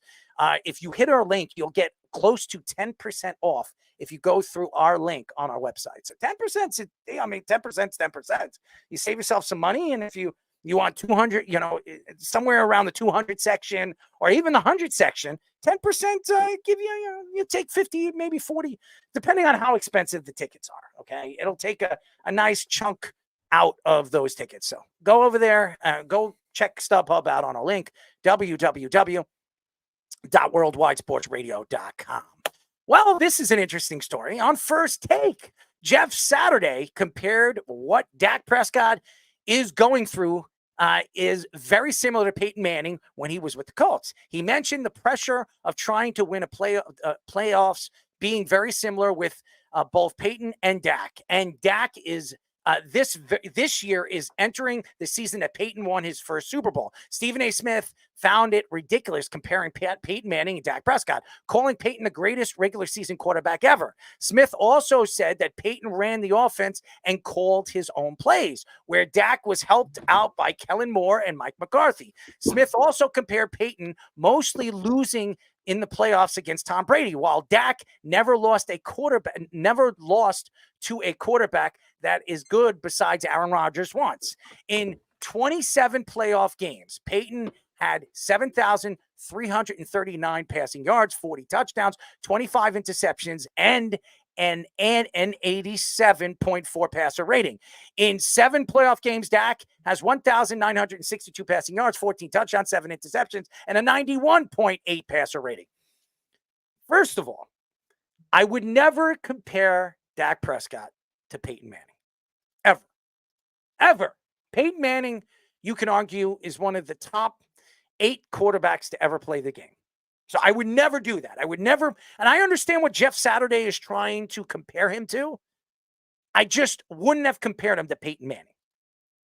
But what I will say, what Dak Prescott is going through right now as a Dallas Cowboy, you can compare to what Peyton Manning was going through when he was playing for the Colts. Now, the Colts obviously is an America's team. The Colts have a huge amount of fans, and Peyton Manning, when he came out of the draft, was expected to be an all-world quarterback. His first year, he had one of the worst seasons a rookie quarterback has ever had. But then after that, he started figuring things out, the speed of the game, and he became Peyton Manning and won like 4 or 5 MVPs and was one of the greatest regular season quarterbacks we've ever seen. Dak Prescott should not be compared to him. But what Dak Prescott has done, playing in Dallas, playing in front of all the Dallas fans, playing with all this stuff that's gone on and off the field. I mean, I said it yesterday. His mother passing away before he even stepped on an NFL field. His brother committing suicide. Him snapping his leg back when everybody thought his career was over. And then having a bad season the way he did, throwing like 13, 14 interceptions, and then coming out and saying that he's going to have an all-world season. He's going to throw less than 9 interceptions, and he did the year after that, and that was last year where he was runner-up for the MVP. There's a lot of pressure on Dak Prescott. And remember, he was a 4th-round draft pick. He wasn't drafted in the 1st round. He wasn't drafted at number 1 or number 2 or number 3 like Zach Wilson was or Peyton Manning was. I remember when everybody loved Russell Wilson. Remember that? Mm-hmm. Remember that? I remember that. And I remember when the Seahawks signed Flynn, Matt Flynn. Does anybody remember that? They gave him a lot of money. I think he was making like 14, 15 million a year. Mm-hmm. And this guy backed up Aaron Rodgers. And when Aaron Rodgers broke his collarbone, I remember that year, Matt Flynn came in and had 3 or 4 or 5 really good games at the end of the season. And they were like, oh my God, this guy's the next big up and coming quarterback. What a steal. The Seahawks signed him and never played him. He never stepped on an NFL field except when Russell Wilson got hurt. in the playoffs. That was the first time he stepped on the field for the Seattle Seahawks. And Russell Wilson went on to win a Super Bowl, went on to be one of the best quarterbacks in the league for like 5 or 6 years.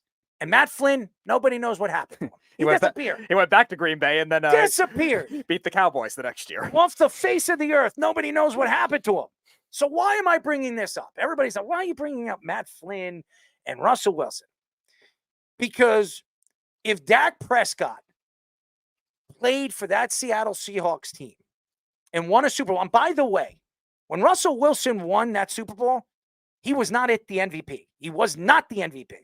He had an all-world defense. He had the best defense in the NFL, the best secondary the NFL has ever seen, the Legion of Boom. If Dak won a Super Bowl, you would not, I repeat, you would not be hearing the Cowboy fans cheering and wishing his death. Wishing his death. I know about 6 Cowboy fans that can't stand Dak Prescott. Hopes he dies. Hopes he breaks his leg and his career is over. The pressure that this kid has on him is despicable. And let me ask you guys a question. We mentioned the Giants, right? What have the Cowboys done for him offensively? They had Amari Cooper on this roster. They draft CeeDee Lamb. They had Amari Cooper and CeeDee Lamb on one team for 2 years. They decide, because they did not want to pay Amari Cooper after giving him $100 million, they didn't want to pay him because they knew they were going to have to pay CeeDee Lamb one way or another, which was this year. So they could have had Amari Cooper for at least 2 more years before they decided, hey, you know what?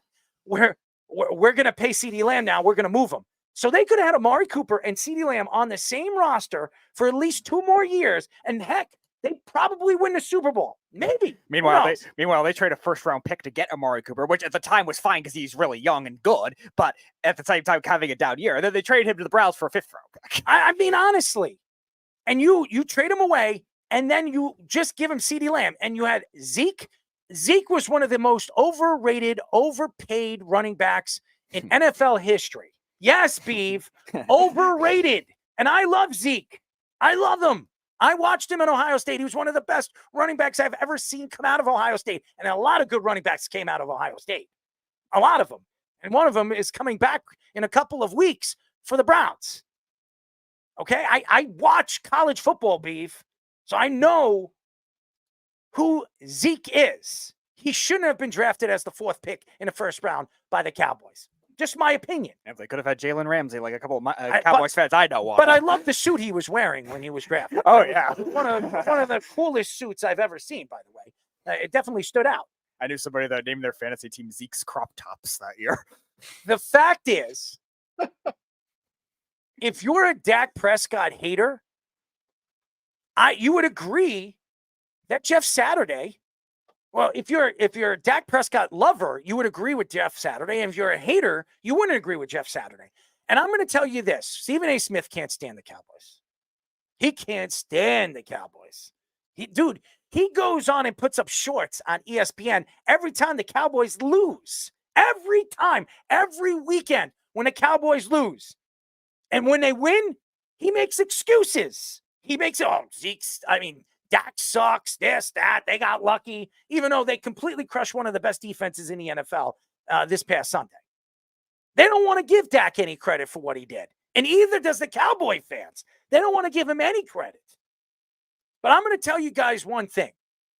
If Dak wins the Super Bowl with this team, if he goes to a Super Bowl with this garbage of a team, not only do I think with his numbers and what he is doing for the Cowboys, he's a borderline Hall of Famer. I would argue he should be, because this team is not good. This is not a good team. I'm just being honest with you. Ezekiel Elliott is your number 1 option at running back. Zeke, a player that you got rid of. He goes to the Patriots. He was a 3rd string. Fine, but nothing special. He was a 3rd string running back for the New England Patriots last year. You bring him back because you got him on the cheap. And you bring him, he had 40 yards on Sunday, and all the Cowboys, we got Zeke back. He got a touchdown. Zeke sucks. And you have CeeDee Lamb and Ferguson. Those are your weapons. Those are your weapons.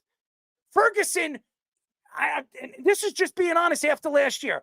Ferguson probably wouldn't start for more than 7 or 8 teams right now in the NFL. He also got hurt in game 1. I'm just saying, 7 or 8 teams in the NFL. That's where he's at. He's not an elite tight end.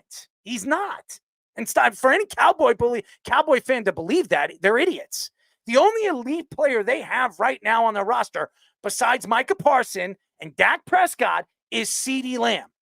And these are the 3 guys you're going to have to pay. You just paid Dak 60. You paid CeeDee Lamb about 30-something million. And then you're going to pay Micah Parsons about 30-something million too. So you're going to have 3 players, elite players, that you're going to pay over $100 million. That's more than a quarter of your salary. More than a quarter of your salary. So, yeah, if I'm a Cowboy fan and I'm looking at this team and this organization, I would worry. And not because of Dak and thinking that Dak's not a good quarterback, because he is. I wouldn't compare him to Peyton Manning, but I would say I would compare Dak from the past. I'm trying to think of a quarterback that I can compare him to. Steve McNair. Okay. Steve McNair. Okay. Steve McNair went to 1 Super Bowl. It was his rookie season. It was second year, or I think it was rookie season or second year.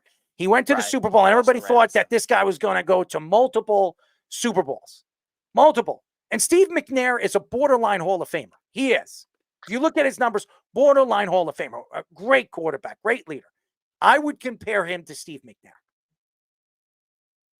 Now, again, Steve McNair played in a Super Bowl. If Dak plays in a Super Bowl with this team, remember, Steve McNair had Eddie George. He had a pretty good defense. I mean, one of the best defenses in the league. A team that won like 14 games that season.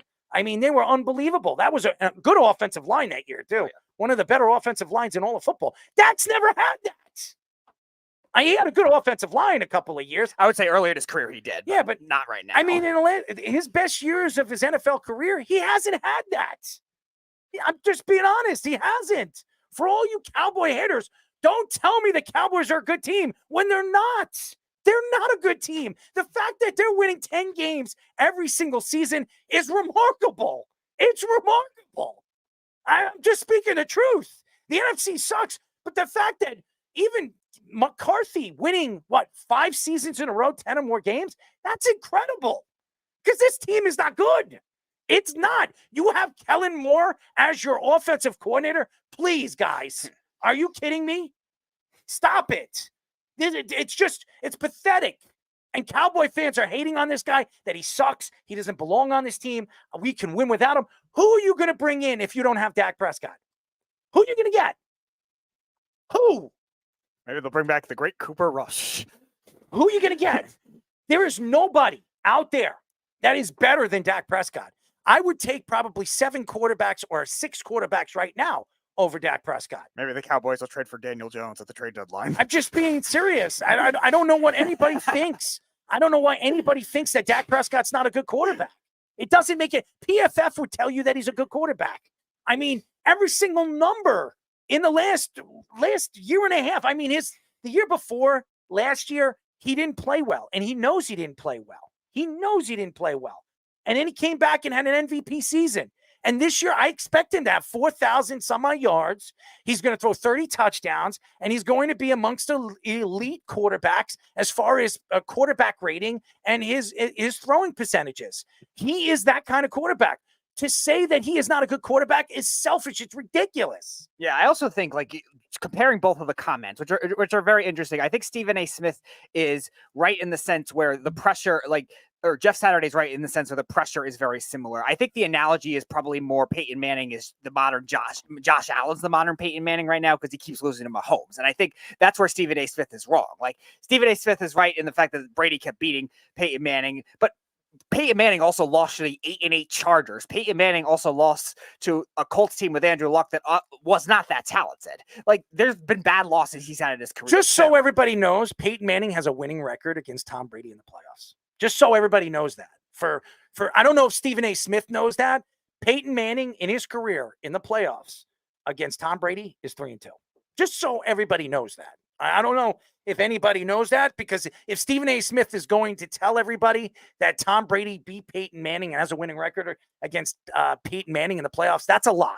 That is a lie. So right there, Stephen A. Smith doesn't know what he's speaking about. Yeah, you can look that up. Jeff Saturday, I also think the similar level of pressure is right for this point in their careers because the Colts and Cowboys are at very similar points. I just think the better analogy is Josh Allen, because Josh Allen has lost to Mahomes. Josh Allen, the last 2 games they've played in the playoffs, the first year was a blowout. That was the one where Stephon Diggs had that infamous expression where he was looking down on the field when the Chiefs won the Super Bowl. But the next 2, one was a shootout, the other one was last year where they lost in a game-winning field goal. Dak Prescott also, in comparison to that kind of thing. I'm sorry. I was wrong. It wasn't. It's not 3-2. He was 14-3 again. I'm sorry, 14-13 against Tom Brady in the playoffs. Okay. Now, No, you were right. I'm sorry, you were right. Actually, originally that includes regular season. That includes okay. regular season. Okay. I'm sorry. So he's 3-2 against Tom Brady in the playoffs. He's 14-13 against Tom Brady in his whole career. So he has a winning record against Tom Brady. He doesn't have 7 Super Bowls like Tom Brady, but that takes a team to win Super Bowls. How many times do I have to tell you, idiots? Sorry. Also, going to Stephen A. Smith's comment as well about, yes, Peyton Manning revolutionized the game by calling the audibles the way he did. That shouldn't discriminate against any other quarterbacks at today. Dak Prescott cannot be the only one single out for that kind of thing either. Just because these offensive coaches are available now to them. Peyton Manning didn't have that kind of luxury, obviously. Now, Tony Dungy was a great coach. I'm not saying he wasn't, but like they didn't have a Sean McVay or a Kyle Shanahan or one of those guys helping out the quarterbacks now. I understand that, but still, Dak Prescott is doing very well with changing all the offensive coordinators. And like you said, doing well, even in that year with the 2022 year where he had those interception issues, he's still probably had like the 8th or 9th best quarterback year. Like that's still something that has to be appreciated. And Dak Prescott, in a lot of his playoff losses, I would say about half of them he struggled, but the other half he played fine. Like Peyton Manning, for most of his playoff losses, outside of that one with the Broncos when they played the Ravens and lost in overtime, played really badly. It's a horrible take comparing Dak Prescott to Peyton Manning, because that's wrong. I mean, I understand what Jeff Saturday was trying to explain because of the pressure that both these guys had to endure. But to say that you could put in the same sentence Dak Prescott to Peyton Manning, I'm saying Peyton Manning could be a top 5 quarterback to ever play this game. Dak's not there. But to say that Dak Prescott hasn't gone through the pressure of being the Dallas Cowboys quarterback. This guy was a 4th-round draft pick. 4th round. And he took over for Tony Romo, which every single Cowboy fan loves him, absolutely adores him. Dak Prescott, if you compare his numbers right now in his career to Tony Romo's, he is way better than Tony Romo. Way better than Tony Romo. For everybody to think that Tony Romo is a borderline Hall of Famer, if Tony Romo is a borderline Hall of Famer, Dak Prescott, when he's done with his career, is one of the greatest quarterbacks to ever play for the Cowboys. He'll need like a season and a half. It's ridiculous. That's dumb. Surpass his touchdown total, and then his yardage total. It's ridiculous. He probably needs another 2-3 seasons. Like, it's right there. How old is Dak Prescott? 31. He's 31 years old. He's in the prime of his career. How many years do you think Dak Prescott has left? At least 3. More than that. More than that. Yeah. He is going to play 5, maybe even 7 years. You're going to tell me in 5 or 7 years, he's not going to be amongst the greatest quarterbacks when it comes to yards thrown and touchdowns to interceptions and ratios of PFF, the way he is playing right now, and his statistics are showing over the last year and a half. If he plays like he did last year, and even in game number 1, his quarterback rating was what, an 89? 89. You're going to tell me that Dak Prescott isn't going to be a Hall of Famer? He is going to be a Hall of Famer. Tony Romo will never make the Hall of Fame. For all you Cowboy lovers, he's never going to the Hall of Fame as a quarterback. The best chance he has to going to the Hall of Fame is as an analyst. I will say that over and over and over again. And when he is done, when Dak Prescott is done with his career, he will have every quarterback record any Dallas Cowboy quarterback has ever had. Yes, Beeve, your guy that you absolutely hate will have every single quarterback number or numbers in Dallas Cowboy history. So take that on, Cowboy fans. Well, I'll add one last thing. thing. Oh yeah, I'll add one last thing. You brought up a little while back Steve McNair as a comp for him, and I don't think he runs as much as Steve McNair. Steve McNair, people talk about as being the ultimate leader. Is Dak the ultimate leader? He's definitely up there in the same way. So I think it's a pretty good comparison as far as the type of player they were off the field. If you're going to talk about on the field, maybe someone who's a little less mobile, but that was a great comparison. I'm sorry to cut you off. The reason why I compare him, he's African American. When Steve McNair came into the league, Steve McNair was a first-round draft pick, and a lot of people, Steve McNair was upset that he would not, he wasn't going to start in the beginning of the season. And I remember Fisher,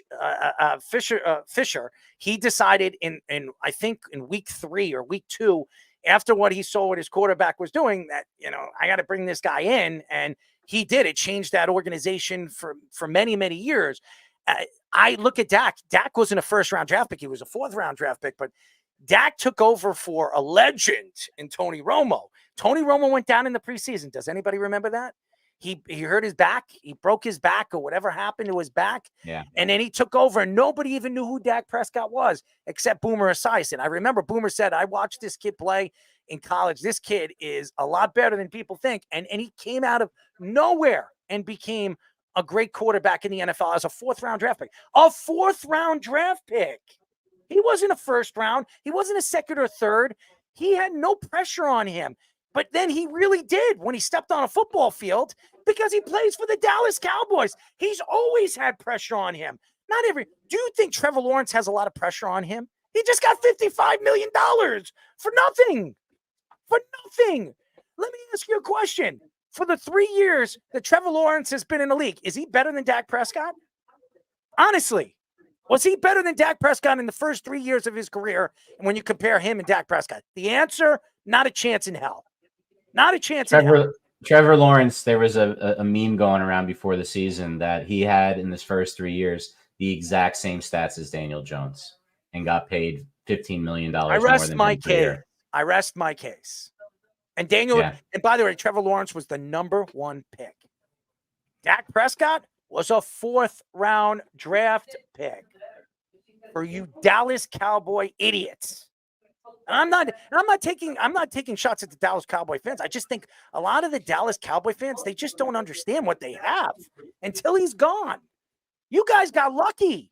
Every single decade you had a good quarterback. I mean, you went over the last 30 years, you had Troy Aikman, you had Tony Romo, and now you have Dak Prescott, and you're bitching and moaning about it? Oh my God. I'm a Jet fan. I'm a Jet fan. Do you want me to tell you how many quarterbacks I've had in 10 years? You would throw up. You would throw up. Please. Beef told me last year he'd take Zach Wilson over Dak. What are you, nuts? He's still available. There's still time. I'll take Dak Prescott right now, right off your hands. I will drive down to Dallas. I will fly down to Dallas and drive him up here to New York if we can get Dak Prescott. You guys are nuts. You Dallas Cowboy fans, you guys are blind, man. You really are. How about give him some weapons and see what Dak could really do? If you gave him a number 1, a number 2, a real number 2 wide receiver, I'm going to tell you this right now. Dallas goes all the way to the Super Bowl. If they had Amari Cooper for the last 2 seasons against Green Bay last year, Dallas was the one that would have played San Francisco in the NFC title game. I guarantee it. Guarantee it. That's how good that Dak Prescott. Now, he's not a good playoff quarterback. How many are? How many are? Right now in the NFL, we talk about elite quarterbacks. We've said it already. Josh Allen ever played in the Super Bowl? No. Justin Herbert, everybody thinks is in the top 5. Has he ever played in the 2nd round of the playoffs? No. Joe Burrow, he went to a Super Bowl and lost. Did he win a Super Bowl? No. The only one in the top 5 right now, if you want to put Aaron Rodgers, you could put him there, but if you don't want to put him there, the only one right now that has won a Super Bowl and has been consistent is Patrick Mahomes. Lamar Jackson's there too. He's never played in the Super Bowl. He's worse than Dak in the playoffs. Yeah. He's never played in the Super Bowl. Yeah. That's so Lamar's just having a lot of trouble making that leap. And that was what Saturday did. I watched the clip. He almost gives Stephen A heart attack. I tried to put the picture of that exact moment in the top right corner of our screen here of when Stephen A almost bites the big one, because comparing the two of them is ridiculous, because Peyton Manning was an innovator of the position. Of course. You know, it's not like Dak is innovating the position, but it's not like he's a bad quarterback. You don't have to be an innovator of position to be a great player. You know, not everybody was Michael Jordan. There were other great players, unlike what Anthony Edwards might believe, as we talked about a few weeks ago. He's a really good player. I believe I said it last show that I would commit, first degree against Daniel Jones, bring his body, turn myself in, just so that we can get Dak over here. I think any NFL over team here. that doesn't have a star quarterback, Carry his body.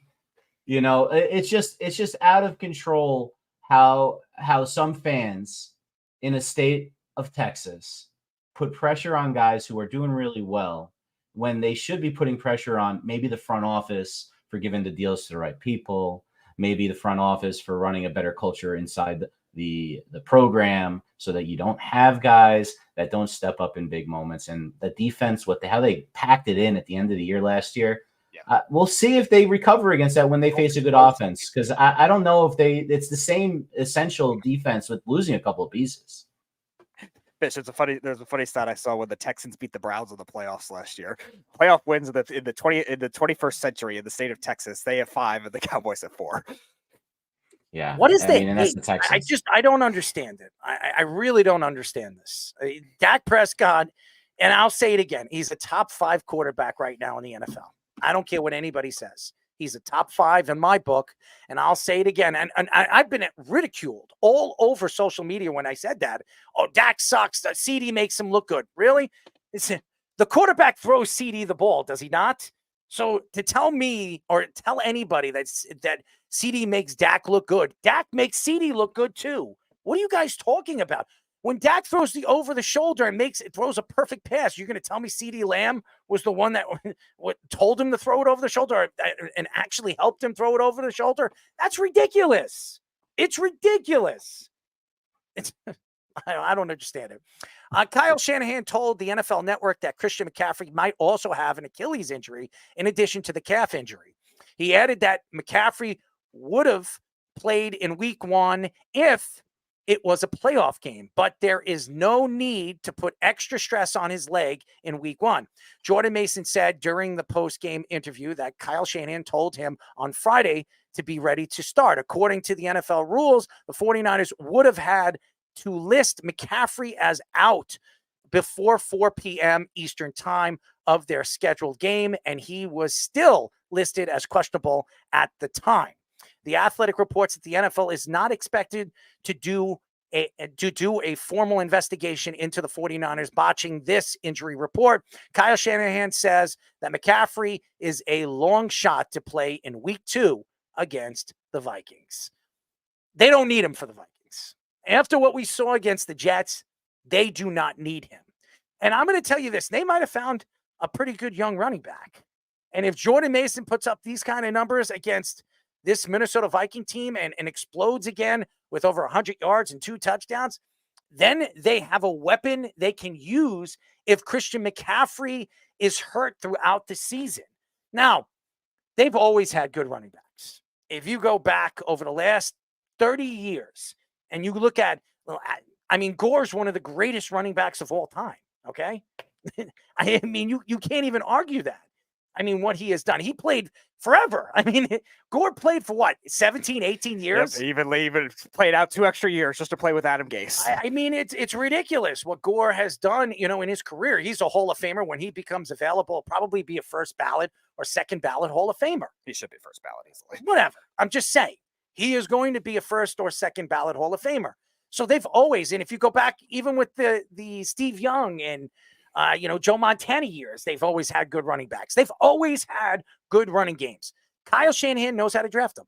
He does. He knows how to find these running backs in the later rounds. I mean, Christian McCaffrey was traded to the San Francisco 49ers at the trade deadline a couple of years ago. It broke during our show. I Yeah. remember that. Carolina decided to part ways, and I'm sure Carolina's smacking themselves in the head for doing that because things.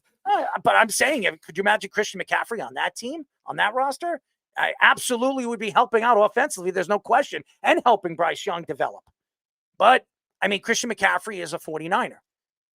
This whole story that they have to do this and reach out to the NFL and tell the NFL before 4 p.m. I don't think that I don't think the Jets are going to complain about this, by the way. And I do not believe that the league even cares that the 49ers didn't do what they were supposed to do. I mean, this is a rule that obviously teams should follow, but for something like this in week number 1, if it was a playoff game, it'd be different. If this was a playoff game, it would be completely different. I think that the Jets would have complained, or any team would have complained, just to try to get something out of it. But again, this is the week 1. I can't see the NFL even getting involved or even saying anything about this. But I'm going to tell you this right now. If I was the 49ers, I would make sure that Christian McCaffrey is 100% healthy. 100%. 100%. When you hear Achilles, that would scare me. Because if he goes out there and torques that Achilles, he could be out for the whole year. This is your best weapon. This is your number 1 weapon. And when you stop running the ball in the second half of the Super Bowl, you knew what was going to happen when the 49ers played the Kansas City Chiefs. You had a chance to win the game, and you stopped running the ball and feeding the beast, Christian McCaffrey.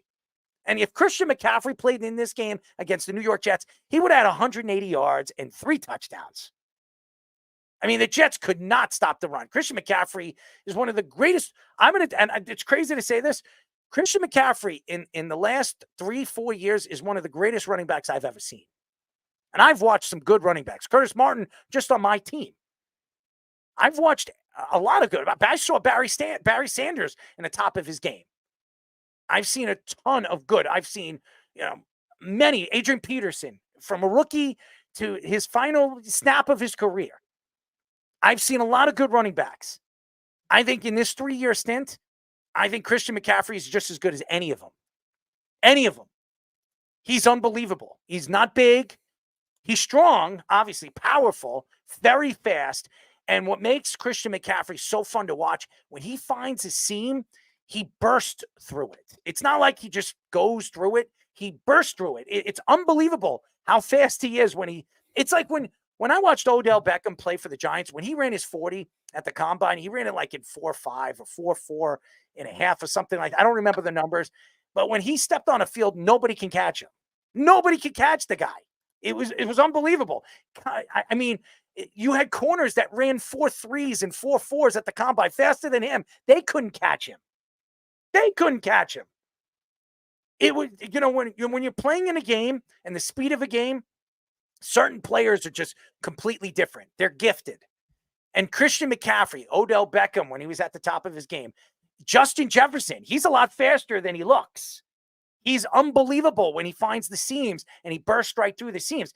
He's not electrifyingly fast. I mean, he doesn't run it he didn't run the 40 like Xavier Worthy in a 4.2. I think he ran it in 4.4, 4.5. What makes Justin Jefferson so fantastic is his knack for the game, seeing the field the way he does, and then when he finds a seam, he just bursts through it. There are very few players at their positions right now in the NFL. When they step on a football field, you are deathly scared of. And these guys that I just named, just a few of them, are very scary when they step on the field when you have to play against them. Yeah, and you look at McCaffrey, the value that he has in every single facet of the game. You're talking about like the legacy he's already putting together for the last 4 years, being like the best in terms of like a raw scrimmage back. Like he was putting up Marshall Faulk and LaDainian Tomlinson type when it came to scrimmage yard receiving numbers. Now, I don't think he's the runner that LaDainian Tomlinson is or Marshall Faulk is, but he's not far behind. And I think he can definitely get there. And you talk about like all the undrafted running backs and the day 3 running backs that Kyle Shanahan scheme has made very good.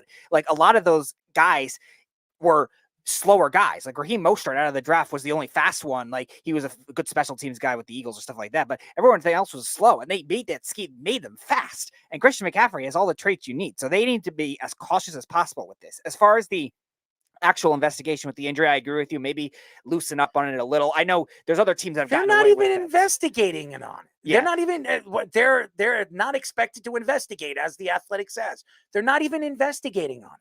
The only reason I say that is because I think there's other teams that have done very It's similar week things one. in the past. Nobody, if the Jets aren't complaining, and Robert Saleh is not going to complain about this. That's his former team. Bambi would never do that. He's not going to do that. Him and Kyle Shanahan are very good friends. I almost called him Kyle McCaffrey. I mean, could you imagine that? But who knows? Maybe he'll have a son with that name that'll play in the NFL in the future. If Kyle Shanahan's sleeping with his wife, it could be. That was what I was getting at, but okay. I'm just kidding. But I mean, honestly, if you look at the position that the 49ers are in, and you look at their schedule right now, their schedule is pretty easy for the first 3 or 4 games. It gets harder in the middle of the season and after their bye week. I think they have to be very cautious on this. And I mean, I'm not cautious on this and be very understanding about how important he is to their offense. Because without Christian McCaffrey, this team doesn't stand a chance to go to the Super Bowl. I mean, you've seen the Rams, just like Puka Nacua. They need to make sure that Puka Nacua is 100%. He is going to be sitting out for at least 4 to 5 weeks, maybe even 6, because the Rams have Cooper Kupp. The Rams have Williams. They have weapons. They can still win without him. They know with these 3 guys on their roster, the Rams know that their offense is even more dominant with him than without him. I could say the same thing with Christian McCaffrey. You can win with Kittle. You can win with, obviously, Brandon Ayuk and obviously Deebo Samuel. But if you have Christian McCaffrey at 100% and all 3 of these guys, you're worldly. And you can be one of the elite offenses in the league like we saw last year. And Christian McCaffrey was Offensive Player of the Year. Make sure that this guy is 100% and ready to go before you put him on the field. Right, especially with how well Mason did. Like, I'm not saying Mason's going to have that kind of success. It doesn't matter if he didn't even play that well. Yeah. You have a weapon like this, you make sure he's 110% healthy. Mm-hmm.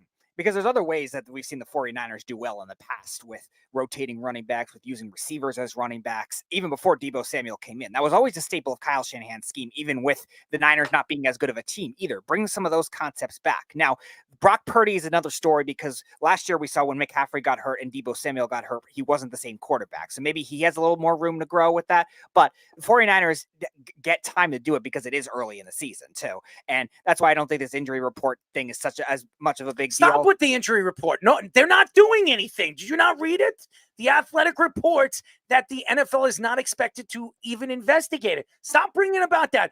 The real story is make sure that Christian McCaffrey is 100% healthy. Stop bringing up the investigation. There is no investigation. There's no other way that I think they can hurt Jesus, it anyway. Why is everything coming out with the There is no investigation. Because I think also because they're not. They're not. Why are you bringing it up? They're not investigating it. So why bring it up? I'm just saying it. I don't think it would hurt it. You're going to get the same principle God, anyway. please. The NFL is trying to do that kind of thing because they've let other teams get away with it too. So I think the Patriots, Bill Belichick loves doing it all the time, manipulating injury reports. Seattle did it all the time as well. So why would they possibly harm the 49ers the same way where they're just going to do the same thing and manipulate this a different way? This isn't the story. The story is making sure Christian McCaffrey is 110% healthy. That's the story, not the investigating the situation that they didn't report that he was going to be out at 4 p.m. Nobody gives a crap. Nobody I'll tell you what. Is not investigating it. I'll tell you what. He may not be 100% this year. So the last time he was hurt real bad, it followed up a 400 touch season when the Panthers just decided, hey, you're better than everyone else on our team. We're going to give you the ball every single play. He had, including playoffs, over 330 touches last year. That's a lot of touches for a running back. Usually you try to keep him closer to 200. So he was 270 in the regular season and 330 overall. That's the most he's had since his injury year. And are you surprised he's having a bad, foot now right away? That's one thing I'd be really worried about. And hopefully this Mason guy can, spell him a little bit, not have to have him all these touches. This could be a great thing for the 49ers that this guy's up to speed and can be like, spell him more than he's been spelled in the past.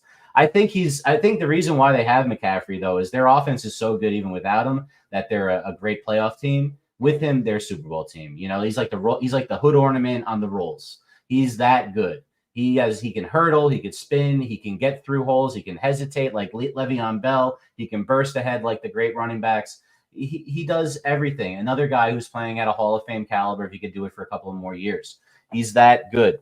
The only issue that I would really worry about, besides that the touches with them, is are they going to be able to continue to run the same scheme with a guy like Mason? A lot of it's predicated on the zone, the outside zone, dating back to Shanahan's dad's days with Terrell Davis.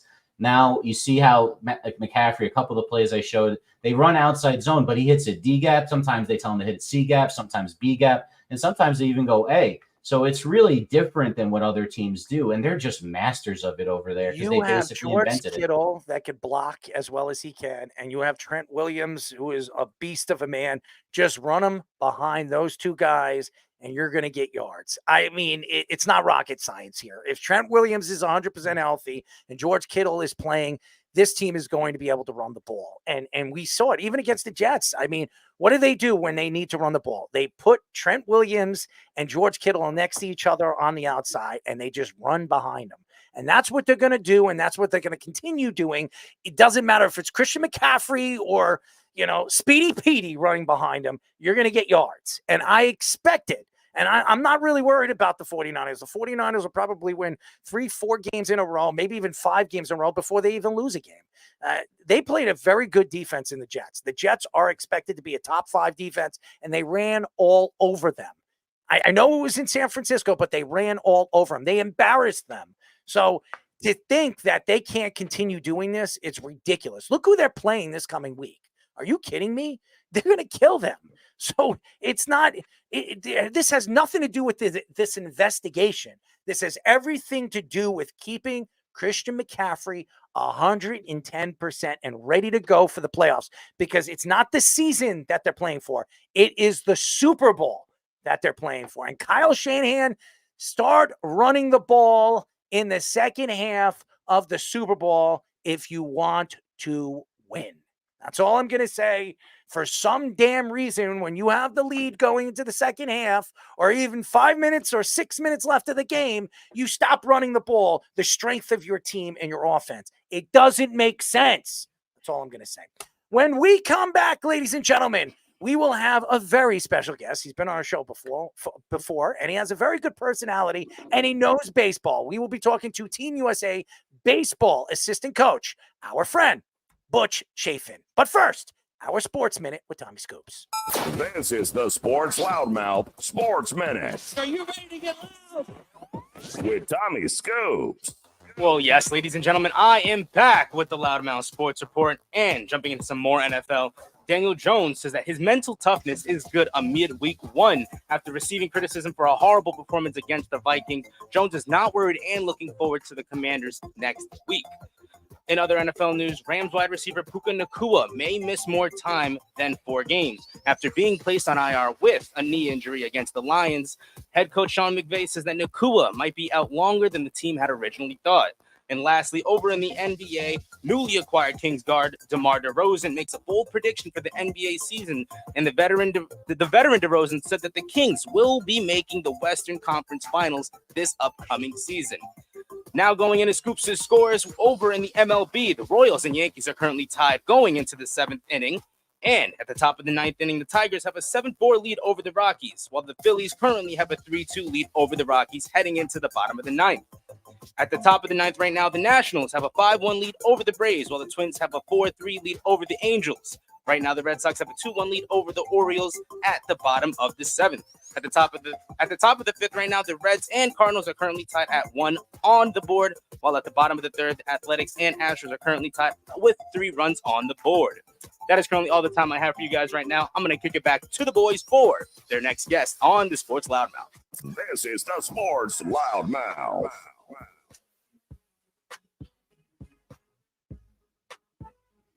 631-672-3108 is the number to call. You're listening to the Sports Loudmouth. I'm your host, Errol Marks, my co-host, Speedy Petey. Go to our website at www.worldwidesportsradio.com. Check out all our shows throughout the week, including the Loudmouth with me and Speedy Petey every single Tuesdays and Thursdays at 7 p.m. All you have to do to tune in and check out our local listings for all our shows is go to our website at www.worldwidesportsradio.com. Before we get our special guest on the show, this segment is brought to you by StubHub. Go to our website at www.worldwidesportsradio.com. Hit the link that says StubHub, and you get a chance, ladies and gentlemen. If you're a sports fan, you want to go to a sports game, you like the Knicks, you like the Rangers, you like the Islanders, you like anybody here in New York, or if you go to Tampa, you want to go to a Buccaneers game, you want to go a Tampa Bay Lightning game. Well, all you have to do, ladies and gentlemen, or any of the concerts, you go to our link right now on our website, www.worldwidesportsradio.com, and you will get close to between 10 and 15% off on any of the tickets that you want to go to, any game that you want to go to or concert you want to go to. And by the way, ladies and gentlemen, some of these games, I mean, the Yankees game right now with Kansas City, you can get tickets worth about $7 right now. $7. You can go to a Yankee and Kansas City Royals game right now at Yankee Stadium. It's cheap. But you can get percentages off that $7. So if you go on our link for $7, you get 10% off of $7. What is that? I mean, it's like $1 or something, or a little bit less than that. But hey, if you get big time tickets and you want $1,000 tickets, you get 10%. That's $100, baby. So just go to our website at www.worldwidesportsradio.com. Hit our link for StubHub and get your discount. Now, ladies and gentlemen, he's been waiting, and we love him, and he does big things, and he's a big Yankee fan, and that's what I love about him. We're now talking to Team USA baseball assistant coach, Butch Chaffin. Butch, what's up, buddy? What's up, Earl? Speedy Petey. Yes. Oh, Yes. He's a little loud, Speedy. Bring it down a little bit. So, I'll be calm. No, it's Speedy. Speedy's supposed to work the board. He should be hearing it, and he should know. It didn't sound loud to me, but okay. Oh, well, that's because your headphones are low, and you should be looking at the levels, not listening to it through your head. But you're the producer. You should be knowing that. But anyways, Butch, obviously the playoffs are right around the corner, and the Yankees have not looked good in their bullpen. Boys, 20 minutes ago, Earl, 20 minutes ago, I watched Juan Soto foul a ball off the top of his foot, roll around like a fish. Trainer comes out, he gets up, and then goes 2-run bomb to go ahead, and then they brought in Clay, and Clay kind of gave it up in the 7th inning here. So, and Volpe just got a hit, so we're good to go. Yeah, we're good. Rolling. We'll see how long that lasts. I mean, this bullpen has been horrendous. I mean, right now, their ERA since the second half of the season is over 10. Over 10. I mean, you can't win a World Series when your ERA is over 10 right now in the second half of the season. It's a big problem right now, and this has been a problem. And I like Aaron Boone, and I stand up and I stand behind Aaron Boone as a manager for the New York Yankees. But the Yankees had the number one bullpen in baseball in the first half, and they've completely fallen off in the second half. They did the same thing last year and the year before. What is the problem? I don't know. I think at the trade deadline, I love cash. And Travis Chapman, the Yankees' first base coach, is one of my boys. I mean, we're tight. And he says Boone's got it together. I believe him. I trust those guys. I trust Cash. I'm like one of the few guys that trust Brian Cashman. I do too. I think we messed up by letting Tanner Scott go to the Padres. I think that guy could have really helped the back end of the bullpen. I feel for Clay Holmes. I really do. I think he's blown 11 of his last 27 save opportunities after going 13 of 14 in the first half. You just look at the offense, and the offense hinges around, obviously Soto and Judge. That's what they're getting paid to do. But I'm really big into OPS, and a decent OPS for a player is around 850. And, I was looking at it today, and Soto and Judge, Soto's over 1,000, 1 point, whatever. And Soto, his is like 900, and then everybody else is like in the 600s. I think if I was in charge, which I'm obviously not in charge, I would explain to the boys that the whole offense revolves around getting on base so those guys can bop. And, and baseball's hard and hitting's even harder. But, we're getting locked down by Lugo and Reagan's, and, it feels like the late 70s. I wish Chris Chambliss would come to the plate and do something right here, but that's not going to happen. Yeah. How you guys been? We're good, man. I'm alive. We are still going as always. Our show is booming right now all over Apple, over 20-something thousand downloads last month. And we're doing great on all the different media outlets that we're on. And we're happy to have you on. We know you know baseball. We know you're a Yankee fan. And the Yankee, and to me, we're getting into the Yankees because everybody knows that this is a big year for the Yankees, and they might not be able to bring Juan Soto back because he's going to want $650-700 million at the end of the season. And you know who his agent is. It's Scott Boras. So he's going to be asking for big mucho dinero. And there's a team right across the pond that has the richest owner in baseball. And you know damn well that he is going to go after Juan Soto. But the Yankees have a good farm system. They have a really good left-handed bat coming up and moving up very soon. And maybe the Yankees go elsewhere, even though Juan Soto's a sensational, a top 5 player in the league. Maybe the Yankees decide, hey, we have a young player coming up. We have Dominguez. We decide to keep those guys and move on from Juan Soto. But that's why this is an important year for the New York Yankees, because they have a chance to win a World Series, something that they haven't done since 2009. And it's been the longest drought of this team's career. I've started a GoFundMe for Juan Soto, and I expect that to start kicking in the offseason. I think they go way out of their way to keep him. I think you kind of let Verd walk, and you put the Martian in left, and you cut him loose and let him have a full season. He's playing for the minimum right now, but he's going to do special things. That's why they call him the Martian, because he can do things that are out of this world. Mm-hmm. And it's like a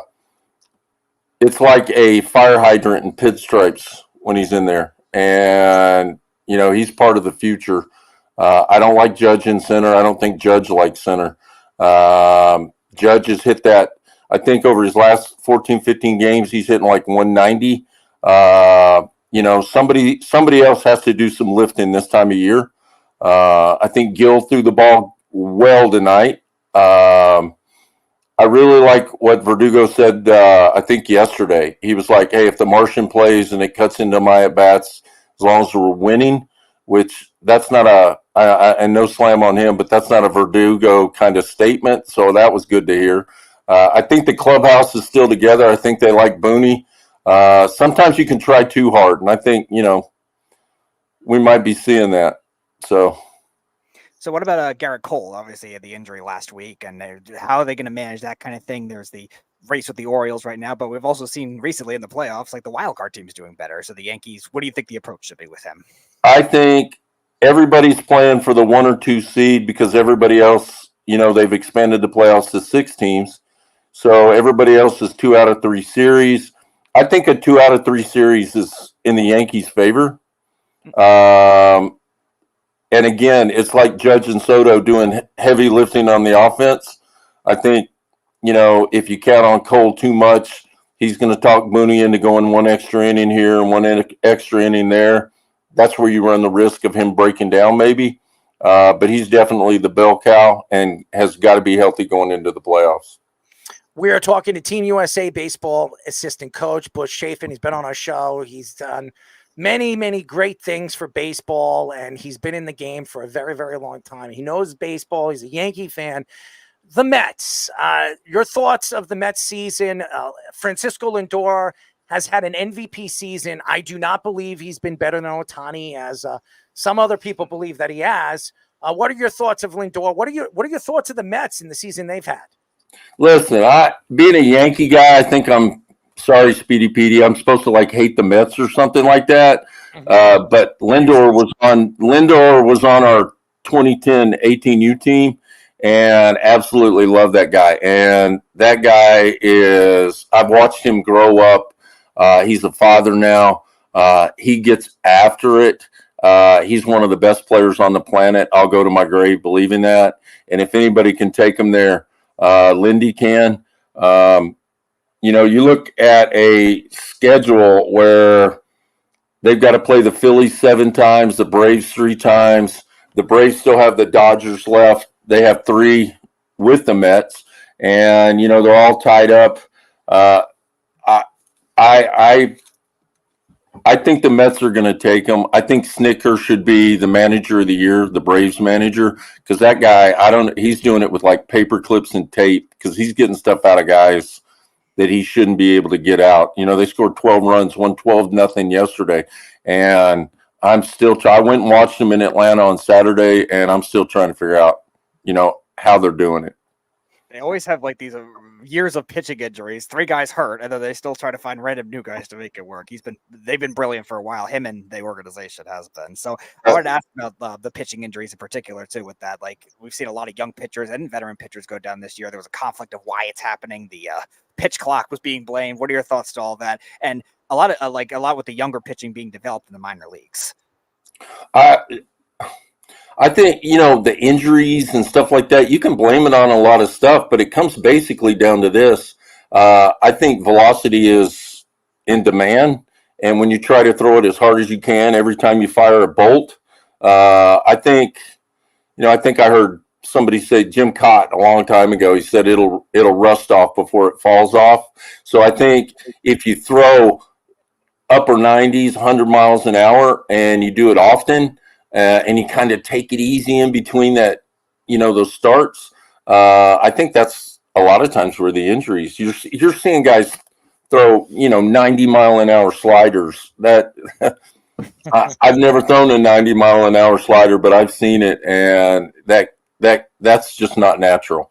But you want a whole bunch of money. You throw an 86, 87-mile-an-hour slider and a 103-mile-an-hour fastball, you're going to get paid. So it's a risk-reward thing.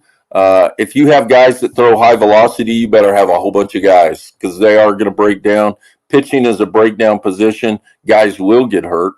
And I've always told guys, hey, soreness from 83, 84 feels the same as 90. So cut it loose as long as it's in the zone.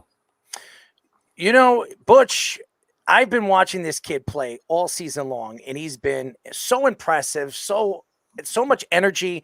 He's the future at the shortstop position. That's Bobby Witt Jr. I spoke about him yesterday, and I'm going to speak about him this year. Today, he has been sensational. He's been one of the best players in the league, and he plays for Kansas City, and that's why people haven't really got a chance to see him play. But when he plays in New York, right now he's playing against the New York Yankees, you're seeing one of the great young superstars in baseball. What did you see in him coming up in AAU baseball and just getting a chance to watch this kid really develop into the sensational player that he is? Well, 2018, 2019, right before COVID, the 18U team, that was a team that went undefeated and gave up 3 runs in 8 games in the World Championships. And Junior was the shortstop, and I remember talking to Volpe, who was trying out at the same time, and I was like, hey, Anthony, you may have to slide over to second. And he said, I'll play second base. That's the best shortstop on the planet. That's the best shortstop I've ever seen. And Junior is, of my 19 years with USA Baseball, at every age group. I was a cross-checker scout for Jack Leggett on that Bobby Witt Volpe team. And that is some of the best pitching talent I've ever seen. But their offense clicked. And if you had 100 big leaguers in a room and Bobby Witt was one of them, you'd ask him to go get you a drink because you'd think he was a waiter. He's a freak talent. He's probably the fastest, if not the fastest, the second fastest guy in baseball. He can flat float. He can hit the long ball. He can drive in runs. His glove work is phenomenal. He grew up in a baseball family. If you were building a baseball player, you'd build Bobby Witt Jr. He's a phenomenal talent. He's top 3 USA guys I've seen in my life. Wow. That's crazy. Wow. Yeah, I was going to ask about the. I know you were coaching the 18U team. I think the last time we had you on the show. Now you're doing the 15U team. Any of the prospects that you're coaching right now that probably could come up either maybe as September call-ups if they haven't already, or even next year? Any names to watch out for? Golly, I mean, it seems like if a kid can play, he's been on the national team. We're pretty efficient at finding guys, and I think I told you last time, it's easier to play in the big leagues than be on a U.S. national team. There's 750 big leaguers on 100 national team players, and that includes the college guys and the 12U team, the 15U team, and the 15s right now. I scouted a little bit for them this summer. I was kind of bouncing around. They're in Atlanta right now playing Team Australia, and the first game that they played, Griffin McCain, who's 15 years old, he's like a 6'4" left-hander. He also plays in the outfield and can run like the wind. No-hit them. They had a combined no-hitter against Team Australia. There are some really good, unbelievably great younger players in our country. And it's hard to find them because when you're building that team, you pretty much pick the starters, you pick the utility guy, the backup catcher, and you get dominant pitching. And a lot of good players are going to be left off that national team. This summer, the 18U team, they had to qualify for the World Championships next year, and they were in Panama. And they went down there and swept it and won gold. And the MVP and the shortstop for the United States was a kid named Casey Cunningham. And Casey Cunningham finally made the team this year. And I think he had been trying to make a national team ever since he was 11 years old. And he finally made it this year, and he was the MVP of the tournament and one of the best kids. I watched that kid mature, go from a goofy kid to this kid's going to play in the big leagues type player. And, you know, I have a lot of goofy kids working with me right now, so I know all about Goofy. I'm goofy too. Speedy P could go right to, you know, ESPN or something like that, MLB Network. Well, he definitely could, and he likes his sausages. So, Butch, if you like to eat No, that's sausages, the Twins. The Twins like their sausages to try to save their season. We are talking to Team USA baseball assistant coach Butch Chaffin, a friend of the show. We love him. Knows baseball as good as anybody we've had on the show. He's been around baseball for over 40 years and he's had a sensational career. A guy that really has stood out to me all season long is a pitcher named Paul Skeens. He has been unbelievable. And I've heard so many people talk about this kid. I never really knew who he was. I knew he was a top prospect.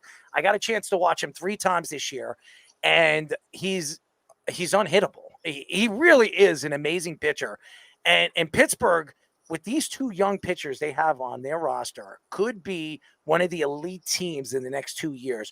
What do you know about Paul Skeens? What made you think that this kid was going to be an elite pitcher as young as he has been? He was a tall kid. He was on the 12U national team, and he was a tall kid, and he kind of stood out, and he had not like grown into his body yet. So he comes along, and he's kind of a sleeper. And the parallel I always give is Aaron Judge, because Paul Skeens, when he was in college at Air Force, was an All-American hitter. Like, the guy can really hit. And to their credit, Air Force, he goes into the portal, and Kaz, the coach at Air Force, tells him, dude, you got to go in the portal. You won't even fit in the plane by the time you're done. So he ends up at LSU. He ends up at LSU, does amazing things there. He's got the perfect pitcher build. He's got the perfect pitcher mentality. Stuff does not bother him. He's confident. He's got a little cocky in him, and he loves throwing the ball by you, and he's really good at it. And you're right, and that's how it's supposed to work, Earl. It's supposed to be where you're really bad for so long, and your scouts and your front office does such a tremendous job with the draft that eventually you become good, you know? And that's how you can tell. You can tell if a team has a good owner, a good general manager, good people in the front office, and good scouts, because they don't stay bad forever. And, you know, I look at the White Sox, and they're 50 and a half games out.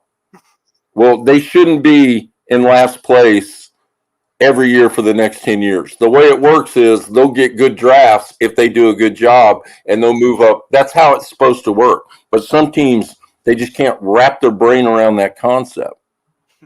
Yeah, I wanted to ask about that because I don't think we've had you on. We had you on last year. But we didn't have you on before the lockout when they were changing all those new rules. They were trying to say, all right, they're going to reward the middle and smaller market teams with the extra draft picks. And do you think the impact has been there in baseball in these last 2 years with the new playoff format and maybe getting more of these middle and smaller market teams together, not necessarily signing all the big players, but staying competitive the same way? I just see they changed the playoffs how they do it. So it used to be if you won your division, you kind of sat around and waited, which baseball, you have to do baseball every day. It's a game of routine. It's a game of seeing pitching. And if you wait for a week, you almost get penalized by winning it all. They want to keep playing. If you ask a big leaguer right now, everybody in the big leagues, hey, what percent is your body? Not of those 750, not one's going to go, I'm 100% right now. So like a Garrett Cole, can he go out there when he's 75% and still get people out? That's how you win championships. These guys are worn down. Believe it or not, it's not like back in the day where they go to nightclubs until 4 a.m. These guys are getting paid a whole bunch of money to hang numbers. These guys will eat dinner after this game, go back and sleep until noon and get up and do it all over again tomorrow. And Speedy Petey, I never do this, but I'm going to do this. I disagree with you. There's no such thing as a small market team. All these teams are owned by millionaires. It's just how much they want to give. Do they want to pay the luxury tax? Do they want to go over? Are they all in? And that's one of the reasons why I'm a Yankee fan. If every boss treated their employees the way the Yankees treat their employees, what a great company you would have.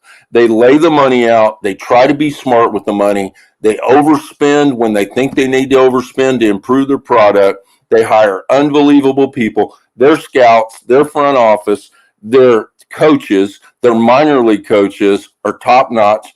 In the minor leagues, the Yankees never take a day off from BP. Every other team in the big leagues, they'll go, wow, it's hot out there today. You guys are tired. The Yankees don't do that. They take BP every day. They have a uniform code they live by. They have a set of rules that they go by. It's the consistency of that. Everybody, you either love the Yankees or you hate the Yankees. There's no middle. I kind of like nobody says that. Nobody says that. And, when you're at the top for so long and you're doing things right, you can't tell me that all these major leaguers, the other 725, they all want to be Yankees. If you got down to the bone, they want to play for the Yankees. There's no question. And we are talking to Team USA baseball assistant coach, our friend, Butch Chaffin. Butch, these two guys are probably the two best players right now in the MLB. It's Shohei Ohtani and Aaron Judge. And people are comparing their seasons. I mean, Shohei Ohtani is going to have a 50-50 season. Obviously, what Aaron Judge is doing is just absolutely remarkable, hitting over 320. He's got over 50 home runs. I mean, his OPS is over 1,000. I mean, who has had the better season? If you were voting, I understand you're a Yankee fan and you're going to go Aaron Judge maybe. I don't know. Who do you think is having the better season? It's Aaron Judge. And it's Aaron Judge because he plays a position. The breakdown there. Just think of this. Think of it like this. How many times does Aaron Judge run on the field to center field and run off the field from center field? And how many times has Ohtani done that? Now, Ohtani's a freak talent, and he does what he does really well. And the rules, they favor him. He plays in National League parks. He plays in a park where you got to hit it for it to go out. Chavez Ravine, Dodger Stadium's kind of down in the hole, and the ball doesn't carry at night. He's earned all his home runs, there's no doubt. But I no disrespect to him, but he's a DH. And Aaron Judge shows up every day, has to play a position, wear and tear on the arm. If you'll notice late in the season, right-handed hitters hit a lot of foul balls over the first base dugout, and left-handed hitters, they hit a lot of balls over the third base dugout foul. It's because their arms are hanging, and they got to power that bat through. Ohtani, he had a surgically repaired arm. He's tossing, he's throwing. If I'm the Dodgers, I never let that guy pitch again. But they got a lot of money invested, and he'll jump back up on that mound, and he'll get hurt again, and they'll lose the bat and the arm. All right, my last question for you is: besides the Yankees, if you were to make a World Series pick right now, who would it be and why? I like the Phillies. I'll never like the Trash Throws. I'm a Yankee fan because I know the Yankees are in it with the Orioles, and there's a little part of me, I shouldn't say this, that I respect how the Orioles have done it. They've built really well from the inside out. But I think I enjoy the Red Sox being 10 games back as much as the Yankees being in it. I do think the sleeper team in the whole thing might be the Guardians. If they get it together, you know, they play a really short game because the back end of their bullpen is on lockdown. So you only get to hit for about 7 innings. So you better get them early. The Royals will get in the playoffs. I don't think they'll make a lot of noise this year, but if they keep doing what they're doing, you know, the fans are believing. I think the front office is believing, which means they may go out and get some guys because now they know they're for real. I think Salvador Perez only has so many more years left, and I think he wants another one. So you'd be surprised when Aaron Judge goes upstairs and talks to Hank Steinbrenner. It carries a lot of weight, probably more weight than anybody else. And it's been really cool to watch him develop in that role as the captain. I didn't think anybody could follow Derek Jeter. But then again, you know, I didn't think anybody could follow Thurman Munson or some of the other guys. But to see Judge in the dugout putting his arm around guys, teaching them how to be Yankees, the traditionalists in me, you know, it brings a tear to my eye. But I think in the American League, I'm hoping Houston gets put out early.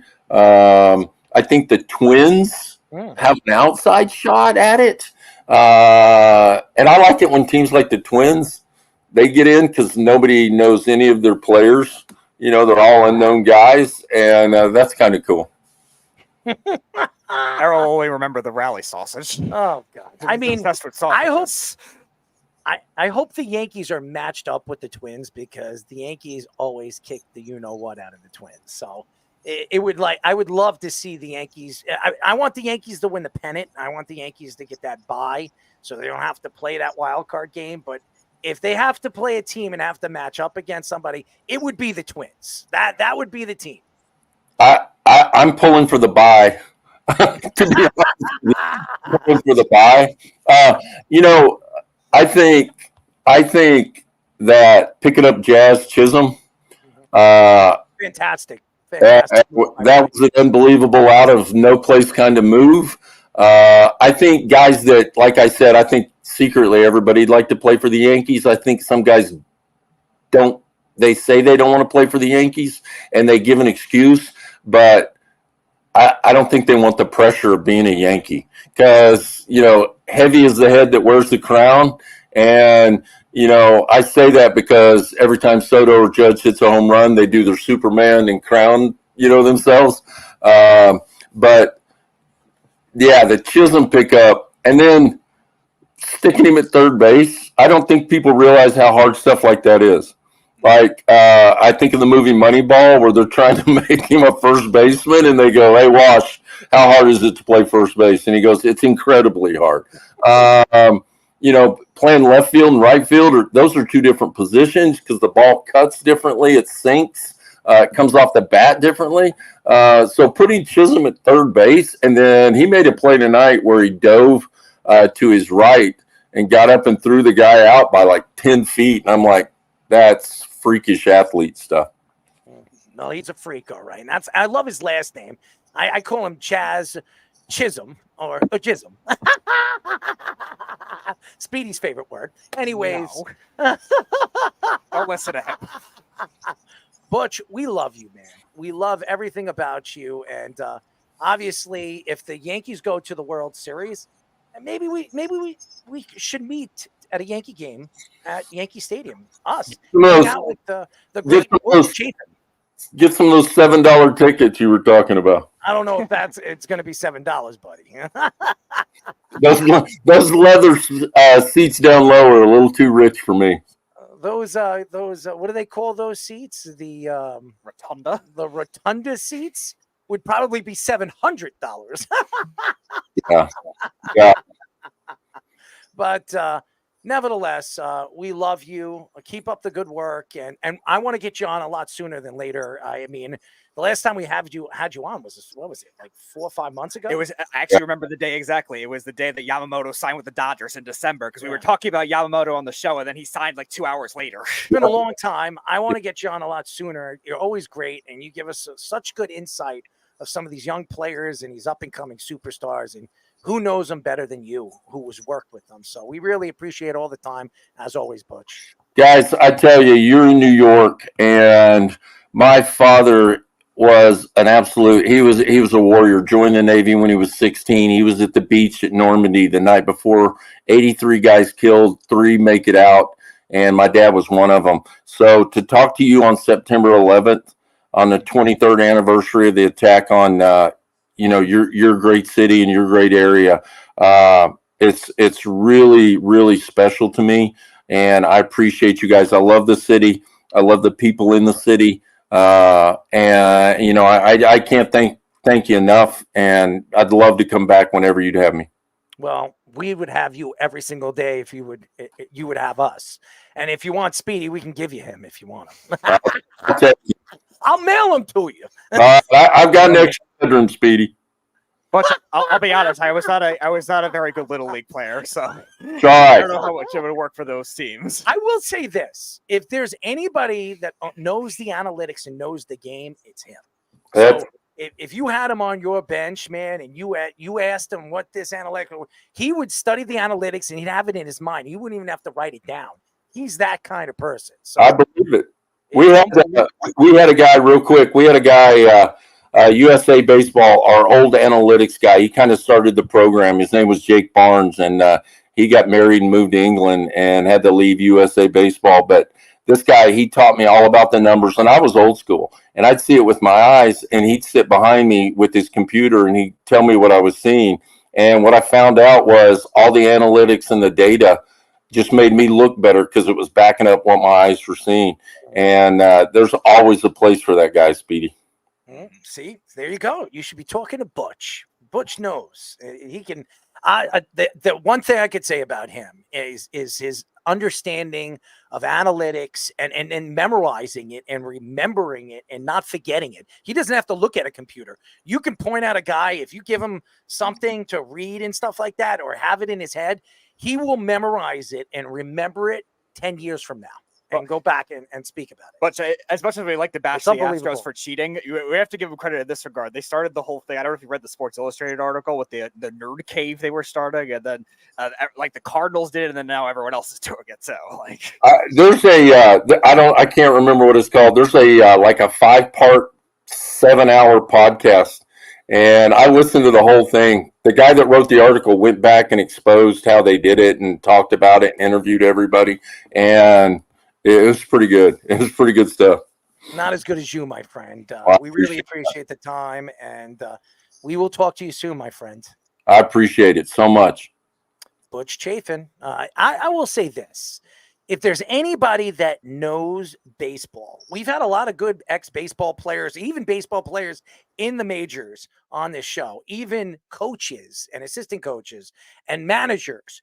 This guy has been around the U team forever. I'm speaking about like 30, 40 years. He's seen every single great superstar from Team USA Baseball, from all the different, from the Dominican Republic to Puerto Rico. If there's anybody that knows baseball, it's Butch. So, and that's what I love about it, because we can mention a player and he can tell you because he's been around him and he knows his personality. He knows what he can do on the field. He knows the type of player that he is. So it's an amazing thing when you get these kind of guys on the show, and they can give you the insight of what these guys could be or already are. I like Paul Skeen, who is unbelievable. I mean, Paul Scheme, Aaron Judge comparison. That was good. That is, and you want to know what's so impressive about watching that kid? I've watched him pitch 3 times this year, and all 3 times he was just dominant. And I seen him play against top teams. Cleveland, one of the best teams right now in the American League. I seen him pitch. Who was the other? I think it was against the Philadelphia Phillies too. Completely dominate the Phillies in that lineup. I think they lost 1-0 in that game too. I remember. Yeah, he completely dominated that lineup. He could. Yeah, I think he struck out 9, and it looked so easy to him. So at one point this season, he had a strikeout rate that was the highest. Didn't he start for the National League? Yeah. That's how much of a phenom it was. Like it was like he was the first rookie pitcher to start in a while. He had a strikeout rate for a rookie pitcher that broke the record that Steven Strasburg had for a while, and like that was a 13-year-old record he broke. It's ridiculous. I told you, Butch. His statistics. He knows. He knows. It's unbelievable. It really is. And I didn't know much about him until everybody was telling me this guy's a phenom. This guy's a phenom. And then I got a chance to watch him, and I'm like, stop. Everybody's a phenom. And I watched this guy. I'm like, who the hell is this guy? He's so big. Too. I mean, could you imagine seeing that guy stand on the mound, 6'6", and on a mound, he's like 6'8", 6'9". I mean, that's scary. Randy Johnson-esque. When you watch Randy Johnson, I don't know if anybody's seen Randy Johnson, how long he is. He's like 6'10". So it was like watching a guy pitch at like 7'1", 7'2", and throw a ball over 100 miles per hour. I mean, has anybody seen the video when I watched the game when he threw the ball and it hit the dove or whatever the hell he hit, and it like broke out like I don't even think the dove existed. It was just feathers. It just exploded into all the feathers all at once. It's I funny, remember that. Now he's doing he's doing photography or something like that. Yes. He So actually is Ken named it Griffey. after the bird. So is Ken Griffey. He named it after like Bird Productions or something. Ken Griffey Jr. actually is working in the NFL right now. Oh, really? Yes. In the NFL, he's doing pictures and photography for the NFL, and it's pretty amazing. Ken Griffey has become a really, really good photographer, a sports photographer too. So I've seen some of his stuff and some of his work. It's unbelievable. So guys that step away from baseball, some of the greats, and they find their niche, their go-to after their careers. And Ken Griffey Jr. is now a photographer in sports. It's pretty amazing. So Butch Chaffin, a fantastic interview as always, and he knows his baseball. So lot to get into, but let's go to a quick break. When we come back, we'll shift. We'll go to some basketball, as Carmelo Anthony said something very, very interesting today or yesterday or the last 24 hours. I don't know what he's drinking, smoking, whatever it is. I'm definitely not eating Cheerios with Kevin Garnett, that's for sure. When we come back, ladies and gentlemen, we'll get into the Carmelo Anthony thing, the Shaquille O'Neal thing, and some WNBA stuff as well. But the next thing we got to do is, and we have Let's Parlay, right? Wes is in right now. I'm waiting for Reno Johnny. I'm trying to see when he was supposed to come in as well. All right, so we'll wait for Reno Johnny. We'll get into the Carmelo Anthony thing when we come back. But first, Tommy Scoops. This is the Sports Loudmouth Sports Minute. Are you ready to get loud? With Tommy Scoops. For the third time today, I am Tommy Scoops, bringing you all the Loudmouth Sports Minute and jumping into some more NFL. The Broncos announced that they are placing running back Audric Esteem on the IR list. The rookie running back on IR with an ankle injury after he sustained it against the Seahawks and will miss at least 4 games. In other NFL news, Browns tight end David Njoku did not practice today. Njoku actually injured his knee versus the Cowboys and sat out today's practice and likely miss Sunday's matchup against the Jaguars. The Browns also announced that left tackle Jedrick Willis also sat out today's practice, as the 5th-year tackle is looking to battle back from a season-ending knee injury suffered last season. Now it's time for Scoops and Scores. We're over in the MLB. At the bottom of the 9th, the Royals and Yankees are currently tied up at 2 apiece, while at the top of the 9th, the Twins have a 6-4 lead over the Angels. The Orioles and Red Sox are also tied up at 2 apiece at the top of the 10th, while at the bottom of the 7th, the Reds and Cardinals are also tied, but this time with 1 on the board. The Athletics have a 4-3 lead over the Astros at the top of the 6th, while the Padres and Mariners are just starting off here at the top of the 1st with 0 runs on the board, as well as the Brewers and Giants also starting off here with 0 runs also on the board. That is currently all the time I have for you guys right now, so I'm going to kick it back to the boys for the continuation of the Sports Loudmouth. This is the Sports Loudmouth. This is how you shave. Enjoy. 631-672-3108 is the number to call. You're listening to the Sports Loudmouth. I'm your host, Errol Marks, my co-host, Speedy. Petey, go to our website at www.worldwidesportsradio.com. Check out all our shows throughout the week, including the Loudmouth with me and Speedy Petey every single Tuesdays and Thursdays at 7 p.m. All you have to do to tune in and check out our local listings for all our shows is go to our website at www.worldwidesportsradio.com. We're waiting for Reno Johnny, right? That's what we're waiting for. But I'm going to tell you something what I'm not waiting for. I am not waiting to talk about Carmelo Anthony. But hey, we might as well. Carmelo Anthony said on a web series that he would average 28 points per game if he played on this year's New York Knicks team. He added that he would be able to play at a fast pace of a modern NBA and have good chemistry with Jalen Brunson and Julius Randle. He added he would be much more efficient in the modern day NBA and a master of the Knicks offense the way it is built under Tom Thibodeau. He mentioned his peak years with the Knicks in 2012 and through 2014 he was averaging 26.5 points per game, 7.2 rebounds per game. Only Jalen Brunson averaged more as a Knick, especially last year. Brunson averaged 28.7 points per game last year, and Melo averaged 28.7 points per game in 2012 to 2013 season, and they are tied for the third best in New York Knicks history. First of all, Carmelo Anthony is on drugs. I don't know what kind of drugs he's on. He's absolutely out of his mind. Carmelo Anthony is a washed-up basketball player. I know he thinks he can play. I know he thinks he can average 28 points per game. The only way Carmelo Anthony averages 28 points per game is if he shoots 35, 40 times a game. There is no way he would be efficient in this offense. And he wouldn't even be able to touch the ball because he's got Julius Randle, who demands the ball, and Jalen Brunson, who's the number one man. And now with Mikal Bridges and all the weapons that they have now, it doesn't make any sense. I don't know where he thinks that he would fit on this roster. It doesn't make sense.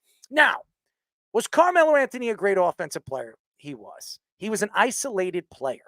He really defined the word isolation because when he touched the ball, everybody moved out of the goddamn way. Okay, it doesn't work on this New York Knicks team.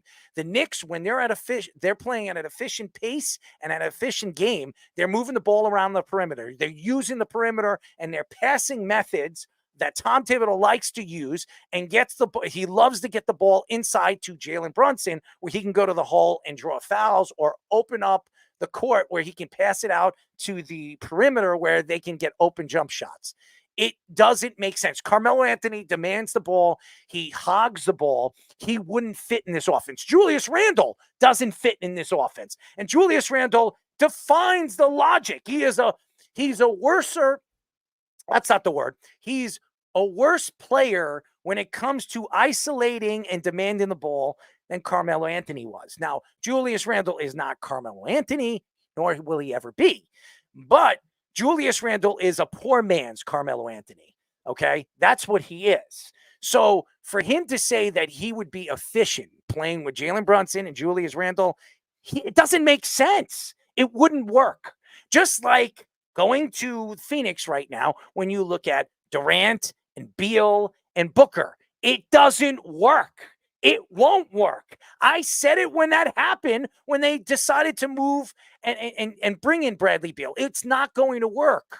So it defines the logic of bringing this up and even talking about it. He was on his web series or whatever web series. He could be on Micah Parsons' web series, which is sometimes I wonder if Micah Parsons on drugs on some of the things that he says. Yeah, it's its own web series. It's like Brooklyn 7. I know. I watch it. I watch it. It's funny, but he's out of his mind.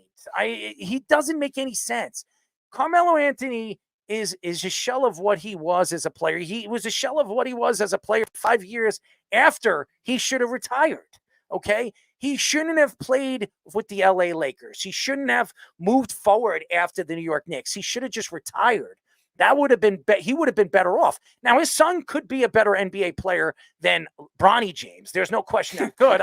I've watched his son play. He actually has somewhat talent. I'm not saying Bronny James can't be a good player. I don't think he's got the talent of LeBron James' son. I mean, Carmelo Anthony's son. What I can say is when you look at this New York Knicks team, it wouldn't work with Tom Thibodeau because we've seen over the years and the different coaches that they brought in to coach Carmelo Anthony, it didn't work. As a matter of fact, if you don't remember when, a guy named Jeremy Lin, just became a star right in front of our eyes in 24 hours, Carmelo Anthony was bitching and moaning to the organization that he wasn't touching the ball, he wasn't seeing the ball, and he wasn't the number one option anymore. For 2 weeks, it became Jeremy Lin's team, and Carmelo Anthony was the guy that ran Jeremy Lin out. Yes, Carmelo Anthony ran Jeremy Lin out.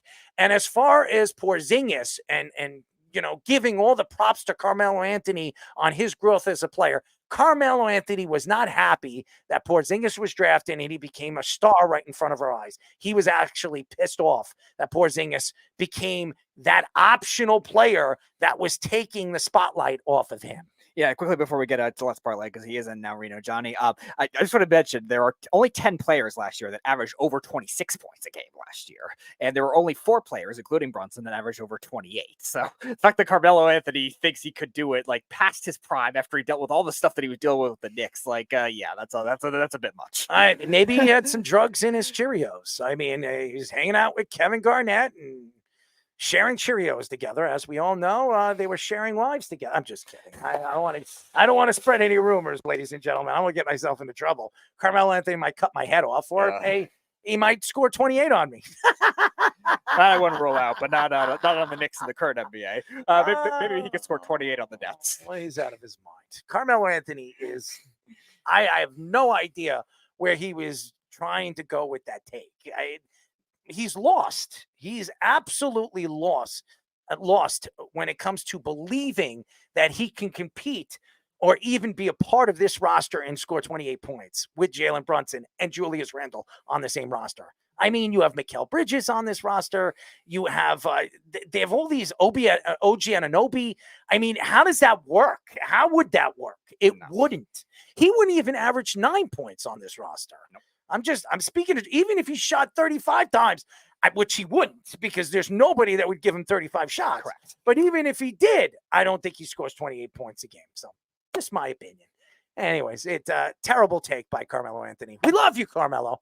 But, whatever you're sniffing or smoking or drinking, keep doing it, buddy.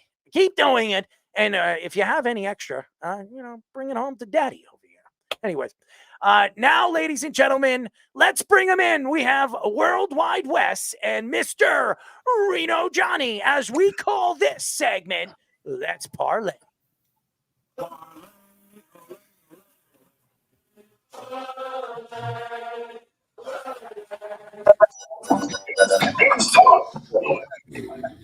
Oh, man, it's a wonderful, wonderful day, ladies and gentlemen, and it's always wonderful when we have these two guys on. But before we have these two guys on, I just want to tell everybody, what is this brought to you by? Well, it's brought to you by StubHub.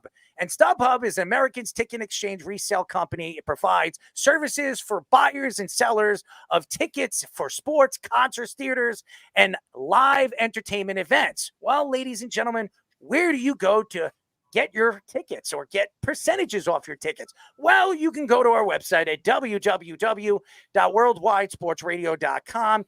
Hit the link of StubHub. And boy, oh boy, you can get tickets for $7. Right now, you can go to a Kansas City Yankees game, a Kansas City Royals Yankees game for $7. Who's better than you if you want to go to a Yankee game watching this, this poorly last couple of weeks of, the bullpen horror for the New York Yankees. But hey, you can go to StubHub, go to our link, go get your tickets. You like concerts, you want to go see Train, you want to go see Phil Collins. He hasn't been on tour for a long time. But hey, that's why we have Wes's wife. She does you the singing for that. There you go. If you can get Phil Collins tickets, you can get it on StubHub. And just go to our link, you'll get 10-15% off many different concerts, many different games. You have the NFL season, the Jets games, the Giants games, Kansas City Chiefs games, any game that you want, go to our link, www.worldwidesportsradio.com. Hit the link, StubHub. Wes, I have the Ohio State games listed on the StubHub screenshot. You're wearing the Alabama sweatshirt.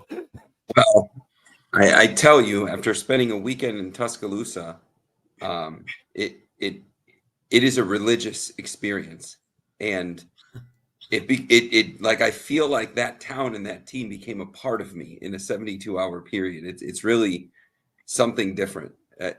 I bleed Ohio State, but any team that covers a spread for me, typically during basketball season, it's always worth a hoodie. I got Coastal Carolina hoodies, and GMF John gave us some weird South Alabama Jaguars play one day, and they were like 10-point dogs, and they won outright. So that I bought a T-shirt for that one. But I tell you, a weekend in Tuscaloosa, there is no game day experience ever anywhere in the country that can compare to that. The only thing I would have loved about going to those games or seeing an Alabama Crimson Tide game is looking at the women in their cowboy boots, which you go ahead. Which you sent me some pictures.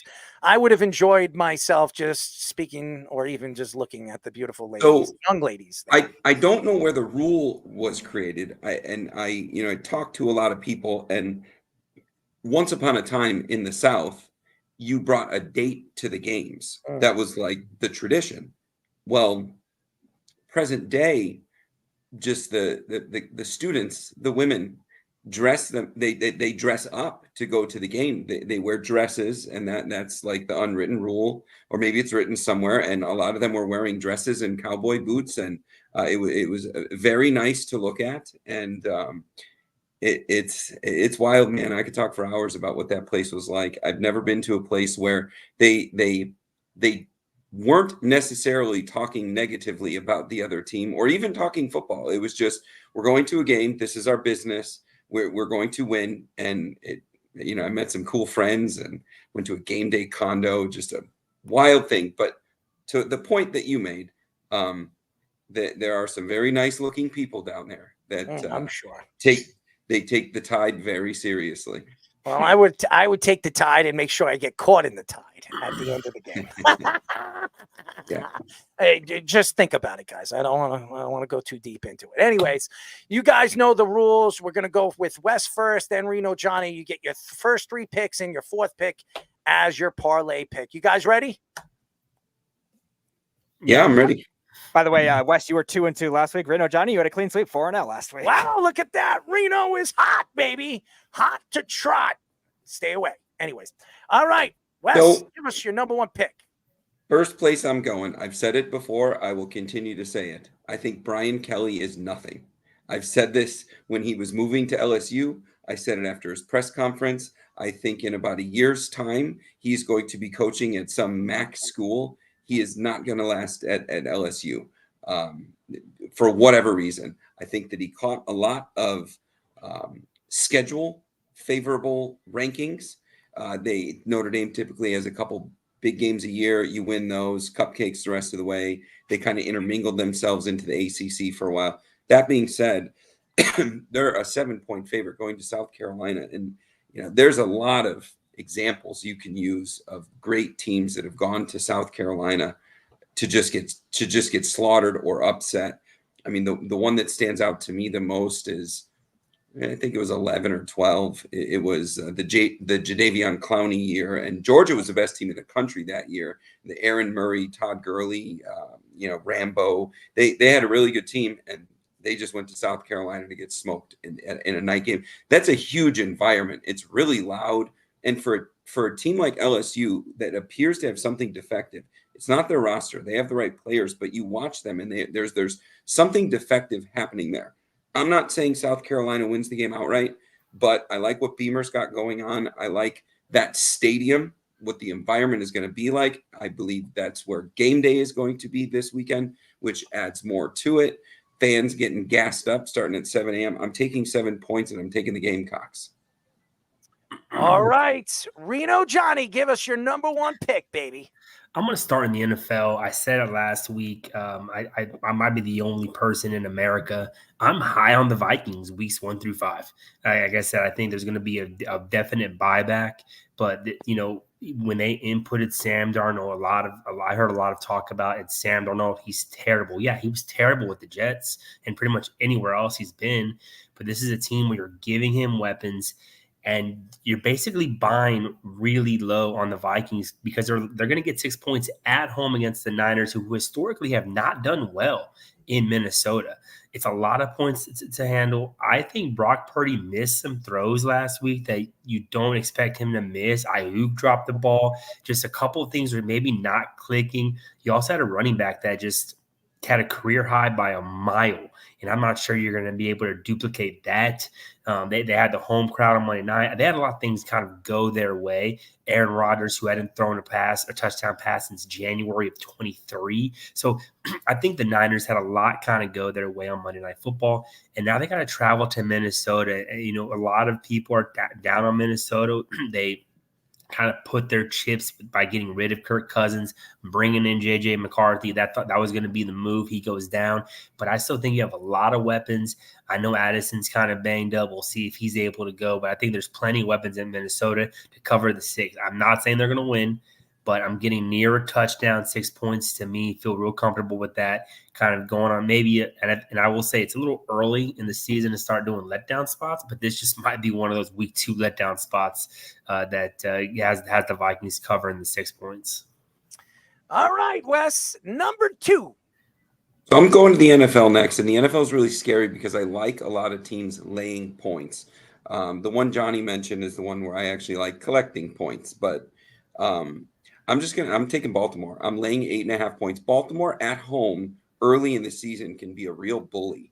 And the Raiders are coming off a divisional loss where they could not stop J.K. Dobbins. What do you think is going to happen when they face the most mobile quarterback in the NFL that is also dangerous with his arm?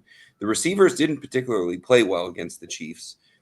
Derrick Henry did not get fed a bunch of balls. And if you look at John Harbaugh's commentary, it was that they didn't bring him there to give him the ball 30 times. I feel like that's a bait and switch kind of comment. The Raiders will not be able to stop the run. They just don't have the personnel on offense to be able to score. 8.5 is a lot to lay in the NFL, but historically, early in the season, those early games at home, Baltimore can be a big bully, and they're coming off of a loss that really fired them up. They're well coached. The loss was in a national spotlight against a team that has now beaten them twice in a row in important, very public games. And they've had almost a week and a half by kickoff. I mean, it's almost like a mini bye week to go against the Raiders, who are not going to be able to score points with them. So I'm laying 8.5. This is, I think, the biggest spread of the week, but I'm going to take the Ravens here. All right, Reno, give us your number 2. Yeah, so I'm actually going to stay in the NFL. And let me pull out some notes here and make sure I'm talking about the right game. Yeah, so I'm going to lay points too. There's a lot of games you want to lay. You want to stay away. Real quick side note, I'm a big Raiders fan this week. Big, because I'm in that contest, and I can already assume that it's going to be flooded with Ravens money line tickets. So big Raiders fan this week. My son is waking up, and he should not be waking up. Hey, buddy, you want to go to mama? Sorry, guys. Go to mama. I'm going to take the Chargers laying the 6 points against the Panthers.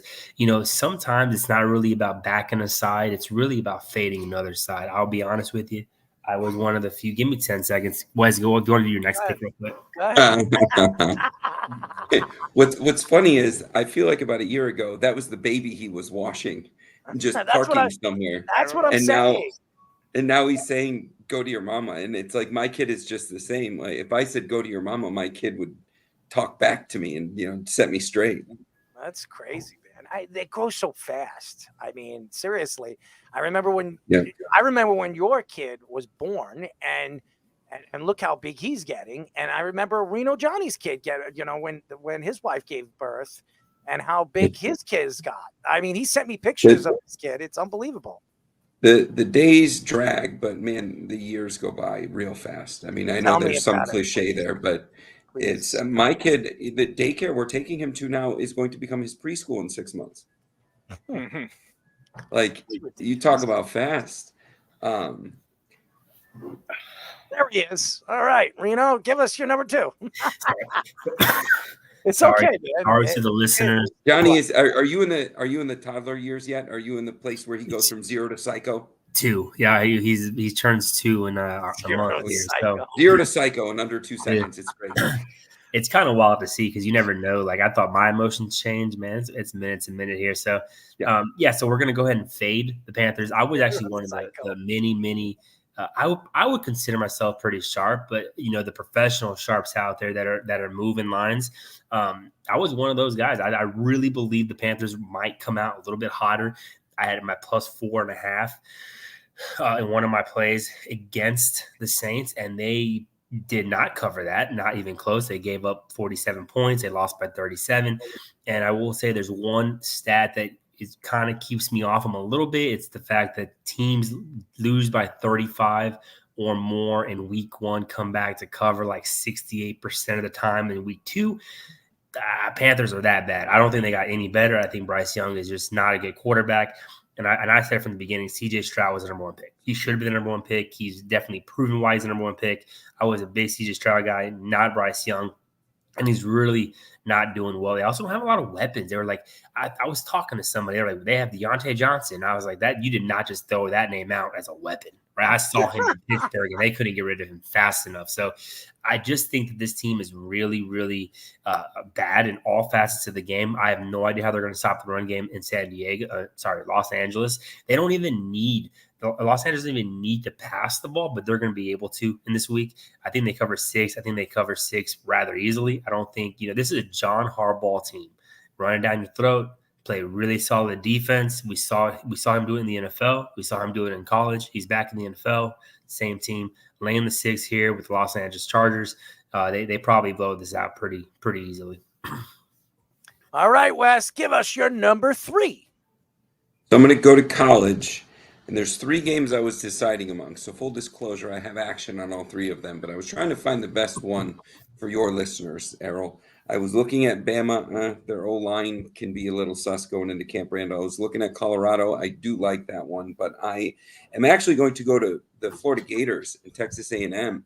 And while I think that the Billy Napier situation and his career is going to be very short-lived in Florida, I do think it's going to be interesting how it plays out, because I think that Florida and LSU in a very short amount of time are going to be looking for coaches, and Urban Meyer is just sitting there. That's the common thing. But in any case, I do like Florida at home getting points against A&M. A&M is coming off of they're coming off a significant win in terms of margin of victory. Florida at home, I love their wide receiving core. I Wilson and Badger, they have some real speed, and I think that they have yet to put on a show. And any team going into the swamp is going to get a game. I like Florida to win this game outright. The play here is taking the 4 points against Texas A&M. I view both of these teams as maybe bowl +1 win type teams. Billy Napier is not going to be a long career at Florida. I think maybe this season and that's it. But I still see that team winning 5 or 6 games and becoming bowl eligible. And so it has to start somewhere. A&M is not a marquee program. This is not a mammoth coming into town that you just can't take them down. So I like the Gators here. I'm taking 4 points. All right, Mr. Reno Johnny, give us your number 3. Actually, I was looking at that game as well. It's really hard to be on A&M. I'm not going to be an official play for me. I'll probably wait and watch and see that game, but I do like the play. Probably just missed my card. I'm going to take it to Friday Night College and take a team catching about 7.5. You might be able to catch that hook in Kansas. I'm going to take the team down south. And to me, I'm from Reno. We don't like to say it, but the UNLV Running Rebels. I think that team is really a lot better than they have been. I like their quarterback and Sluka. He was a D2 from Holy Cross for 4 years. He's a grad transfer. They've done pretty well in their games. A little bit of slewed stats because they scored 72 against Utah Tech, which is, Utah Tech is not anything serious, dangerous. But I actually like that win against Houston on the road. I think Kansas is a little bit overvalued in the early going. They do have Daniels. He's struggled with injuries over the past few years. He hasn't played a full season at Kansas. I want to say in the last 3 years. He was splitting time with Bean, who's now in the NFL. I just think that's too many points to lay. I think we can get some offenses going. Maybe you look at the total, but I just like the 7 points, 7.5. If you can get the hook down in Kansas with UNLV covering that spread as road underdogs. All right, Wes, give us your number 4 and your final pick of the night. So I'm always hesitant to go here because everybody will call me a homer, but I'm taking the Chiefs. And I'm going to lay the spread that it is today, not the spread that it started. But I'm going to give you a lot of reasoning, and hopefully there's some data there beyond Wes is a Chiefs season ticket holder. The spread opened at 4. 78% of the action was on Cincinnati, just because historically this is a team that comes into Burrowhead and gives them trouble. I think that's everybody knows that that's out there. But if 78% of the action is on the Bengals, the line shifted to 6 Chiefs. So of that 22% of the action, there's some serious money or Vegas house confidence on the Chiefs. The other piece I'm looking at is both the O and the D line for the Bengals is very not good. They're going to get Burrow killed. They gave away their run game in the offseason. It showed. New England played really well, and maybe that's a sign of what Gerard Mayo is going to look like as their head coach. I hope it is, because I think that football's better when New England is relevant. It's just a fun fan base to antagonize, but I think that what they did in opening week is a good mix of how bad the Bengals are. They don't have a true run game. Now they're going to go into Arrowhead, and again, to the point I made with Baltimore is the same point I'm going to make with the Chiefs. The Chiefs basically have a mini bye week here. And then when you look at the contributions that they got in opening game, Kelsey was pretty quiet with 34 yards, 4 targets, 3 catches. Pacheco was like under 40 yards. The Bengals don't truly have a way of keeping Mahomes off the field. And the Chiefs defense was not their best performance. Some of those young players in the secondary that are where they're piecing together the replacement for Snead. Karlaftis played a great game. Chris Jones was pretty quiet. And I'll say, and I've said it for a year now, Nick Bolton is the most important member of that defense. He's that field general. But I don't think we saw the best football that the Chiefs could play. And I think that Cincinnati just doesn't have some of the things that they beat the Chiefs with. The play here is if you can get it at 5.5, take it. If you somehow got it at 4, congratulations. But I still think laying 6 here is a good move. It's not an odd time slot. I believe it's a 3:00 kickoff Central Time. Lay it and take the Chiefs. We don't even know what this team could do yet on offense, but we just got a preview, and it's pretty scary. Hollywood Brown is not even on the field yet. No. Well, I'm looking forward to seeing what this team is at whole. I don't know what they are, and everybody says that there's a good chance they can win a three-peat. I don't think they will. That's just my opinion, but we'll see. Anything's possible when you have a quarterback like Patrick Mahomes, or you have Taylor Swift up there in the upper deck. The odds are stacked against them in the three-peat. I'm not going to predict that. Three pieces don't happen anymore. I think the NFL, it's never happened since in the Super Bowl era. And there's a reason for that. I mean, it is extremely tough to win. And, it's the playoffs. You get one game. Everything's got to go your way in some of those games. Winning 3 in a row is incredibly difficult. If there's a team that could do it, I would have thought maybe Tom Brady in his prime, this Patrick Mahomes team. But I think if you put money on it, I think you don't put money on the Chiefs. I mean, it's just historically talking. If the narrative that's out there and believed by some people that the league is fixed, the league wants them to three-peat. Because now you have coach and quarterback GOAT debates taking place. Taylor Swift is along for the ride, which brings in a whole different a whole different demographic of people. You know, Patrick Mahomes now becomes, forget Tom Brady, he now becomes Michael Jordan and then some. They're the perfect villain. Yeah. My final play of the week is I'm going to fade the Packers, who probably, I will admit, played a lot better, scored a lot more points than I thought they were going to score. But when I look at this offense, I'm still not really intrigued. They got a young receiving core. I'll give a shout out to Romeo Dobbs out of UNR.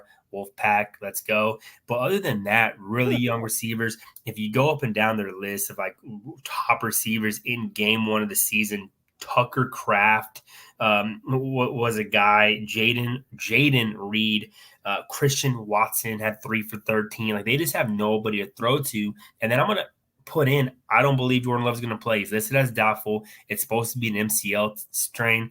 He's not going to play. So who did that leave you with? Malik Willis? Yep. I mean, there's no way you could take him at getting +3. I just don't. He didn't have success moving an offense in Tennessee. I don't see him having success here. And on the other hand, I think I was one of the guys that I didn't think Anthony Richardson was going to be shit in the NFL. And he's really proved me wrong when he plays. Yeah, he did get hurt, but every time I faded him, every time I said he wasn't going to do well, the guy has an absolute cannon. Got a couple of receivers. Yeah, you're of course. Yeah, this is the one you're talking about off the back foot, 75 yards. I mean, that's just unbelievable, right? Alec Pierce coming in. I think they have more receiving threats. Jonathan Taylor healthy. You got no Jordan Love. I believe he's listed as doubtful, and I don't think he's going to play. You got even Josh Jacobs is banged up. So I just don't see a whole lot of offensive production. I think the Colts kind of ran into the Texans where they could have probably started this week 1-0. They scored 29 points. I thought they did well enough to score to win the game. They just kind of fell short. I just think that the Packers are going to be really, really outmatched, even though they're at home. And I've always said, taking a home underdog is typically a winning strategy in the NFL. First few weeks of the season, though, we're still getting our footing, kind of seeing how the season's gonna go, especially as handicappers. We really try to read week to week and kind of get our analytics and our stats by week 4, kind of really starting putting things together. So I'm going to lay the 3 points here with the Colts on the road at Green Bay. I think they have potential here to put up a lot of points, and I'm not sure Green Bay can keep up. Yeah, he's expected to miss like 4 weeks probably, Jordan Love. So 5 weeks, they're saying. That's what I said. But they have him listed as doubtful. Right? And that's kind of getting some hope for the family. There's no freaking way. You going off it. There's no way at how young he is, you're going to risk go play week 2, considering like you just paid him a bunch of money. You're really not going to risk his career for this season, right? So there's no way he plays. It's most quarterback with Penn State old man Sean Clifford as the backup. Most contracts like that, I just feel like more often than not, they don't work out or something weird happens. But it's the Packers, so he's going to, and they're going to do everything right. Yeah, 100%. He's looking at the graphic. It's funny. That's funny as hell, man. All right, fellas. All right, boys. We love you. Thank you for joining us. Yeah, I'll see y'all next week. Always be cashing. I won't be here on Friday. I'll just put that out there right now. I got a game on Friday to coach. So Gotcha. Reno Johnny coaching again, baby. Good luck with that. There it is. Have a good night, guys. Next week, guys. Later, boys. Oh, man. Let's parlay. Great picks. I mean, it's been a good show. We have a couple more topics to get into before we go.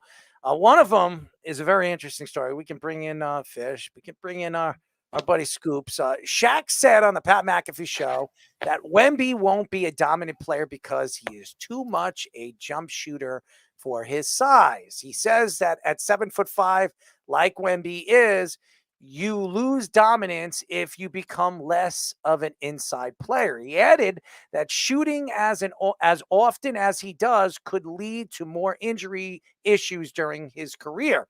Wemby attempted 16.6 shots per game, 5.5 3-point shots per game in his rookie year, with a 32.5% 3-point percentage and a 46.5 field goal percentage. I don't know why you're giving me these numbers, Speedy. At just 20 years old, Wemby was on the all defensive first team and won Rookie of the Year. I think Wemby is going to be a great player. I do not believe he's the next LeBron James. I've been saying this for a very long time, since everybody has been talking about this kid for the last 2 years before he even stepped on an NBA court. I understand these French players are huge and athletically gifted, can ball handle, could shoot, could get into the paint, and that's the new NBA. But I think Shaq is right. I mean, if you want to be a dominant big man, you have to have an inside game. And I don't think Wemby is ever going to have an inside game unless he puts on weight. He looks like a big man on stilts. That's what he looks like. He's not Giannis.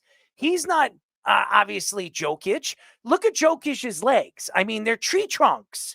If you look at this guy, he looks like he's standing on stilts. Has anybody watched him work out? I mean, it's unbelievable. He is tall as hell. I mean, he's unbelievably tall, but it doesn't look normal. It doesn't. And when you're playing in the NBA, when you have guys like LeBron James that is built like, I don't know what you call him. I mean, he's 280 pounds. He's 6'8". He's a beast of a man. That's the kind of body that I mean, for instance, Mitchell Robinson came into the league. He was so thin. He was so thin. And the Knicks drafted him in the second round because he really didn't even play any college ball that year. So he fell to the second round. If he played college ball that year, he probably is a first-round draft pick, a top 10 pick. The Knicks reached on him. They got him. And if Mitch is, playing on the court, he's a pretty good player. He's a pretty dominant player on, in the paint, defensively, and he's going to give you about 9 or 10 points, and he's going to rebound, he's going to block. That's what his strength is. Wemby is a different talent. He can ball handle, he could shoot. If you remember Anthony Davis was a point guard when he came out of high school. He was 6'2". He grew like 7 inches in a year. I mean, it's unbelievable how fast he grew. Anthony Davis, even at his build, has bigger legs than this kid. I don't know how you can get those legs bigger. I mean, if you look at his legs, they're thin. They're really, really thin. I mean, I work out, okay? And I've seen a lot of skinny legs. I've seen guys, my friend Justin, he's 6'2", very skinny legs. He works out his legs religiously. He can't get them bigger than what they are. They're just, it's impossible. I don't know how you put muscle on legs that look like stilts. I don't think, and I'm just being honest, I think he's going to be a great player. I think he's going to be amongst the league's top 10 players in the league for the next 10 to 12 years. Do I think he's a top 5 player? Do I think he's one of the greatest big men of all time? I do not believe he is going to be one of the greatest big men of all time just because of his stature. I just don't think his build, the way these NBA players athletically are built now, and what the NBA looks for in size comparison to, remember when Yao Ming came into the league? The man was a big man. He was 7'4", but his legs were big. He was a big man. This guy is not a big man. That's what scares me. Like the torque on his knees. I mean, this guy was playing professional basketball at the age of 13, 14 years old. I think there's a lot of torque on his knees because of his build. And that to me is what scares me about him. His gifts as a player are, uncomparable. I've never seen a big man shoot the way this big man shoots. I've never seen a big man ball handle the way this big man ball handles. But because of his stature, it scares me. I agree with Shaq. He doesn't have he's not going to be able to build an inside game because of his size. He's going to have to be a really good perimeter shooter, and he is a good perimeter shooter. Teams are going to figure him out just like they figured out Giannis in the playoffs. And what they do is they make Giannis do things that he's uncomfortable doing, and that's why he's not as dominant in the playoffs as he is in the regular season. So my spiel here with this is I agree with Shaquille O'Neal. I don't believe Wemby is going to be a dominant player in the NBA because of it. Yeah, it's interesting because I do agree with him on the injury front. Like, definitely that kind of thing with his size it's unconventional as it is. So being a point guard at 7'3", shooting as much as he did at 7.3, it definitely could wear down 7'5". Yeah. And that kind of thing, I think maybe Greg Popovich is going to have to monitor when it comes to giving him the usage. Now, Greg Popovich has always done well with load management in the past. That's why a lot of his players have done well staying healthy outside of Kawhi Leonard at the end of his Spurs career. But that was more of the freak accident that happened with the Warriors. Like that kind of thing. Greg Popovich, I trust him to be able to make that kind of thing work. But also at the same time, where I think Shaq is wrong is Wemby has to be this skilled in order to be dominant in today's NBA. Like, it's hard to be a traditional big man and dominate the way it is in today's NBA. It might shift back, maybe. I don't know. But right now, you still need those skills to make it work. So hold on one second. If Tim Duncan needed to develop a three-point shot when he was in the NBA, you don't think he could have? Oh, absolutely, I do. I absolutely. I don't think Shaquille O'Neal needed to do that. He never needed to do that because once he got into the paint, you couldn't stop him. So, I mean, Shaquille O'Neal in the game right now, he would be averaging 30 points. Who's going to stop that guy at his dominant points on what he was for 5 or 6 years? Do you think any big man in the NBA could stop him? I mean, honestly, nobody could right now in the NBA. And that's why I think Shaquille O'Neal is probably one of the top 3 most dominant big men I've ever seen. Because when he got into the paint, move out of the way, the train's coming through. And I just don't think Wemby is that type of player. And what scares me about Wemby is once his knee goes or once his Achilles goes, and if he doesn't really start to build muscle in his legs, I don't know how he's going to be able to do that. I don't know if he's going to be able to do that. If you've ever seen this guy's legs, I watched this guy work out. He's got, dude, his legs are the size of my wrists, my arm. My arm. You look at my arm, you see my leg, my bicep. My biceps are bigger than his legs. It would scare me if I was an NBA owner and I'm saying, this is my best player. This is the player I'm going to build around. How am I going to get the right training to get this guy up to that size or even to protect himself in his knees and his Achilles and his ankles? I just, that's what scares me about Wemby because he's so large, so tall, and he's putting so much torque on his lower body. Right. And that's the thing I think that Greg Popovich, obviously he's not going to be probably coaching Wemby his whole career. So but what are you going to do? You're going to sit him, you're going to play him for 16, 17 minutes? That doesn't make sense. Definitely not. Definitely not. I mean, you got a superstar like this. You got to play him 30 minutes a game, 35 minutes a game. That's a lot of torque for a guy that's 7'5" who has no muscle in his legs. Mm-hmm. They're stilts. Yeah. They're stilts. Go look at his legs. It's crazy how skinny his legs are. And you mentioned Kristaps Porzingis too. Kristaps Porzingis. Dude, Porzingis' legs are bigger than this guy's now, legs. but remember how skinny they were. They were bigger than this guy's legs when he came to the league. Speedy, go look at his legs. Go look at his legs. I'm telling you, I've looked at this guy's legs. I watched him work out. These are skinny legs. I think there are supermodels that have bigger legs than him. Okay. Also, Wemby doesn't have the skill set required. Like, Porzingis had to not do as much ball handling as Wemby did. Now, Porzingis was fast for his size when he came into the league, and the Knicks let him ball handle for whatever reason at the beginning of his career, which caused a lot of injury issues. You're going to tell me that doesn't worry you by looking at his stature? I'm not saying it doesn't. Weird body types are always going to be that. We talk about tight ends in the NFL. We talk about these bigger point guards. Yeah, that's going to happen in various ways. And what Shaq is saying right now is if he hurts his knees or he hurts his Achilles, and you rely on your jump shot, how are you going to be that dominant player if one of those things go? Because I'm going to tell you this right now, Kobe Bryant, when he tore his Achilles, he was not the same jump shooter. He's just not. I mean, Klay Thompson's not the same jump shooter after he tore his Achilles in his knee. I mean, this is the NBA. This is not the NFL. This is the NBA. You are putting a lot of torque on your knees, your ankles, and your Achilles, and your thighs, and your hamstring. I mean, this guy's got none of that. I'm telling you, his thighs are the size of my biceps. I mean, that's alarming. It is alarming, guys. I don't care what anybody says, but it's his stature. That's the only reason why I worry about him being that top 5 player. I know everybody thinks that this guy could go down as one of the greatest big men of all time. I don't see it. I just don't. Goodness. Guys, this just keeps bringing up two things to me. Number one, on the positive side for Wemby, I remember Kevin Durant having really skinny legs when he came out of college too, and being really skinny and so frail that remember the first couple of years he tried to get in the post and people just pushed him right out. He just wasn't strong enough. Wemby's legs remind me that, except he's like 7 inches taller. Wemby is not as good a shooter as Kevin Durant is. Oh no. No, absolutely not. that I'm just guy- saying as far as the physicality. Yes, but Wemby can't shoot like Kevin Durant.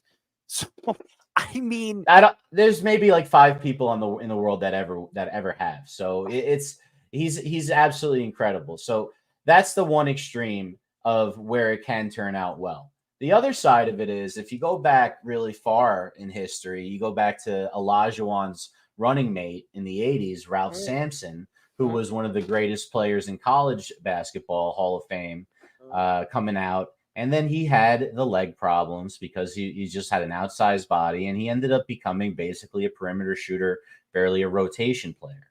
And that's, after a few good years. Again, it's one of those things where I worried with Kristaps. I worry with this guy even more because he's so talented that he may be a flash in the pan. We may only get to see a few years of this until his legs go. Let's just hope for the best for this guy and that he goes more the Durant path because his talent's out of control. He's got a tremendous amount of ability. He can shoot. He can do all that other stuff. I just worry that his stature. He's a unique individual. He's a French player. He's the best French superstar we've seen since Tony Parker. I mean, Tony Parker was like, he wasn't human. Okay. This guy, he doesn't look human, but when you watch watch him work out and his body structure, it's so what's the word? I don't know how he's going to be able to stay. I don't know how he's going to be able to be that elite player that he wants to become because of his stature. That's it. I think he's brittle. That's what I think he is. I think he's brittle, and I just don't think he is not Kevin Durant. And I know everybody wants to say, well, Kevin Durant was a unique, and the guy could shoot anywhere. He was unbelievable. I watched him play at the Rucker when he was 2 years into the NBA, and he was shooting half-court shots, and they were just like, it was easy. Wemby's a great player, and he's got the ability. I don't like his stature. I don't like the way he is built. That's it. Scoops, your thoughts? Yeah, I mean, I agree with Shaq in the sense that, Wemby's game does revolve around a lot of jumpers and whatnot. I mean, in the way also, look at the league that is evolved today. I mean, in a way, it kind of has to be evolved, or a lot of players need to know how to take well-versified jumpers in all starting 5 of the court. I mean, whether you're the point guard, the shooting guard, the big man, or the centers, I think you definitely do need to have to, not of course, but it is of course tailored to the way that the game is played today, but I mean, really, you guys were all just saying it just now. Wemby needs to add some weight and some muscle to really versify his game. I mean, driving for layups and dunks and posting up in the paint, once he does fix up his weight and once he does fix up his strength and conditioning, I do feel like he could become dominant. And Fish, you mentioned it with KD. I was going to mention it. And even look at Chet Holmgren. Chet Holmgren's kind of in the same boat. And also, I wanted to bring up Giannis. Giannis was also a very skinny and frail dude when he also came in the league. Of course, not Wemby frail. But Giannis weighed 190 pounds his rookie season, and now listed around 243 pounds. So Wemby currently weighs 209 pounds, and I just think Wemby needs to get his weight, his strength in his knees, strengthen his legs up, and a lot of the stuff to fall his way. Giannis is 6'10", 6'11". This guy's 7'5". It's completely different. It's completely different. I don't think people understand 6 or 7 inches is a huge, huge difference. And it's a lot of torque. You're going to put muscle weight on stilts of legs. Okay. Yes, he could put up and just mute it because I can hear a background. You're putting a tremendous amount of muscle on very skinny legs. What do you think happens? I mean, for instance, I'm 5'10". All right. Usually I walk at 230, 235. I am 42 years old. As you get older, muscle weighs more than fat. That's a lot of torque on my knees. That's a lot of torque on my ankles. What do you think is going to happen as I get older? Because of the weight and the weight that I'm holding, my back's going to go. My knees are going to go. My ankles are going to go. It's what happens when you're playing a professional sport, 82 games a season, or even cut it down because it's Greg Popovich, 58 games a season. Okay. Like LeBron James, the little baby boy. All right. You're still putting a lot of torque on your knees and your ankles. How long is it going to be when those ankles, those knees are going to create problems because of his size? I think Shaq is completely right. I think he is right. I don't know if he's going to be dominant because of his body stature, his stature of his body. Not because I don't think he's got the skills. I don't think he's going to be able to get in the paint. Once he gets in the paint, these guys are going to push him around. They're going to push him around. So, and everybody says, well, Giannis is 6'10", 6'11". It's different. You got to compare him to the other big guys that were in the league at his size. How about Yao Ming? Yao Ming, when he came into the league, he was like 230, 240. This guy's nowhere close to that. And his legs were like tree trunks. This guy's legs are like stilts. They're as thick as a baseball bat. I mean, come on, guys. I mean, have you ever seen him work out? Go look at the videos. I'm watching this guy. He's doing leg workouts and leg presses. I'm like, dude, what are you doing? I mean, it doesn't look normal. He doesn't look normal. Okay, and he's gifted. There's no question that he is. They're going to have to be very, very careful on this kid moving forward. And I do think he's going to be a great player in this league. He'll be a top 10 player, no question. But will he be the best player in the league? I don't think he's going to be the best player in the league. I think there's a lot of good young players coming up. One of them I've been talking about in Cooper Flagg. Watch out for that kid. I'm telling you right now, I've been saying this, watching him play high school ball in 9th grade. I've been talking about him for the last 3 years. This kid is the real deal. I did not think he was going to Duke. I was very surprised. I'm very happy that he picked Duke because everybody knows my feeling about the Duke Blue Devils. I don't like Shire. I don't like him coaching him, but he's going to make Shire look really, really good. That's all I'm going to say.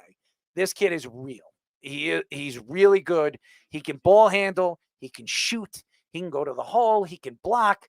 This kid's skills are amongst the best I've seen. He reminds me, he's the white Kevin Durant. Now, he doesn't have the shooting ability Kevin Durant has yet, but he's going to, I know the type of worker that this kid is, he's going to be there. I think he's the number 1 pick in next year's draft. Other people think that he's the 2nd pick in next year's draft. We'll see. Anybody that passes up on this kid is an idiot. That's all I'm going to say. The WNBA commissioner, Kathy Engelbert, faced a lot of backlash over comments she made during the interview with CNN. A reporter asked her about comments that players have received from fans, a lot of them being very prejudiced, racist, and sexist. Engelbert referenced a lot of these comments coming from the Caitlin Clark and Angel Reese rivalry, which is massively growing growing the NBA. She calls the rivalry like Magic Johnson versus Larry Bird rivalry of the WNBA. WNBA executive director Terry Jackson filed a statement taking shots at Engelbert and said there is no place for hate or discrimination in the WNBA. Angel Reese says she has gotten death threats on social media from Caitlin Clark's fans, as has her teammates, Chennedy Carter, several other WNBA superstars, including Brianna Stewart and Kelsey Plum, say that there is a big difference between rivalries and racism, and it's wrong that our commissioner doesn't see that. There's a lot in this, and Kathy Engelbert is an interesting person and an interesting person speaking out and going on CNN the way she did. I wouldn't have done that. As we all know, when you go on a news broadcast that big, it's going to spread like a wildfire. Now, the fact that Engelbert compared Caitlin Clark and Angel Reese's rivalry to Magic Johnson and Larry Bird is ridiculous. Ridiculous. There's no comparison, and people need to stop. Magic Johnson and Larry Bird were friends. They actually liked each other. It didn't matter. And everybody says, well, they didn't like each other in the beginning. I'm telling you, Magic Johnson and Larry Bird respected each other because they knew that they were special players. They respected each other. Caitlin Clark respects respects Angel Reese. Angel Reese doesn't respect Caitlin Clark. She doesn't like that Caitlin Clark is white. I'm just speaking the truth. A lot of the girls in the WNBA don't like that she is white and she is the face of women's basketball. That's the facts. Now, the fact is here, what the WNBA is that this is the way the world works. And racism and anything, sexism, or prejudice, should not be allowed in any professional sports. Any professional sports. That it doesn't matter if you're gay. It doesn't matter if you're African American. It doesn't matter if you were born with, I'm just saying, a penis, okay? If you are who you are, you should be respected just like every single woman in the WNBA.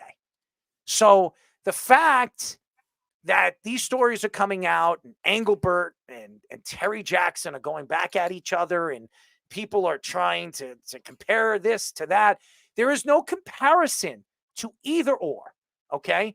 The fact is, Caitlin Clark is a superstar and Angel Reese is a superstar. And both players are very competitive. And this is good for the WNBA. This is great for the WNBA. I'm going to tell you why. Because for years, watching the NBA, I loved that the Chicago Bulls couldn't stand the Detroit Pistons. They couldn't stand the Detroit Pistons. Isaiah Thomas and Michael Jordan couldn't stand each other. As a matter of fact, one of the reasons why Isaiah Thomas wasn't on the Dream Team, and I believe this to be true, is because of Michael Jordan. He says it's not true. I disagree. I believe it was absolutely true. It's good. It's good to have that competitive nature, to hate the team or the players that you're playing against. It creates that aggressive notion that these guys don't love each other. Look at the NBA now. Chris Paul, LeBron James, Dwayne Wade, Carmelo Anthony, they're all butt buddies. They hang out in the offseason. They're each sons and daughters, godfathers. That's not good for the NBA. The competitive nature of what the NBA was when Magic Johnson and Larry Bird were playing was fantastic. I mean, the Celtics hating the Lakers hating the Celtics, the Knicks hating everybody. That's what made the NBA so special. And now the WNBA finally has a bad guy, but a bad guy that you fall in love with in Caitlin Clark because she's so sweet and she's so cool and collective and she's not talking crap. She just goes out there and plays her game and people hate her for it. She's bringing in these shoe deals that's opening opportunity for these women to get those shoe deals in the future. And people are sitting there and hating on her. I understand why the WNBA is, and some of these people and some of these players are feeling that way. And even Kathy Engelbert and even Angel Reese, in many, many ways, feeling the way she feels about Caitlin Clark, or even Kennedy Carter feeling the way she feels about Caitlin Clark. The fact is, it's jealousy. That's it. That's all it is. It has nothing to do with racism, prejudice, or sexist. It's jealousy. And I'm going to tell you guys this once and for all. This is great for the WNBA. What Caitlin Clark is becoming and what she's bringing to the WNBA is finally you have a superstar player that fans are driving to. I mean, for instance, the Super Bowl always gets watched, right? It's the biggest watched thing on television. And last year, it was the biggest watched fan base in history. Why? Because of Taylor Swift. Taylor Swift is dating Travis Kelce. It wasn't because it was Kansas City versus the 49ers. Great game. But there were more women watching. Why were there more women watching? Because of Taylor Swift. They were rooting for Kansas City because of Taylor Swift. Taylor Swift is good for the game. And that's why the NFL wanted Kansas City to go to the Super Bowl, because it brings in mucho dinero. And what is Caitlin Clark doing for the WNBA? It's bringing more endorsements, sponsorships, more TV deals, more money. So what is the hatred of why she is a superstar or what she's becoming in the WNBA? It doesn't make sense. Now, Kathy Engelberg, coming out and, saying the things that she said and saying that it's very prejudiced and racist and sexist. I think there are some common ground to what she is saying, but it's untrue. I don't think it has anything to do with it. I think it's just, I just think it's jealousy. I think Caitlin Clark is a likable person. These young girls want to be her.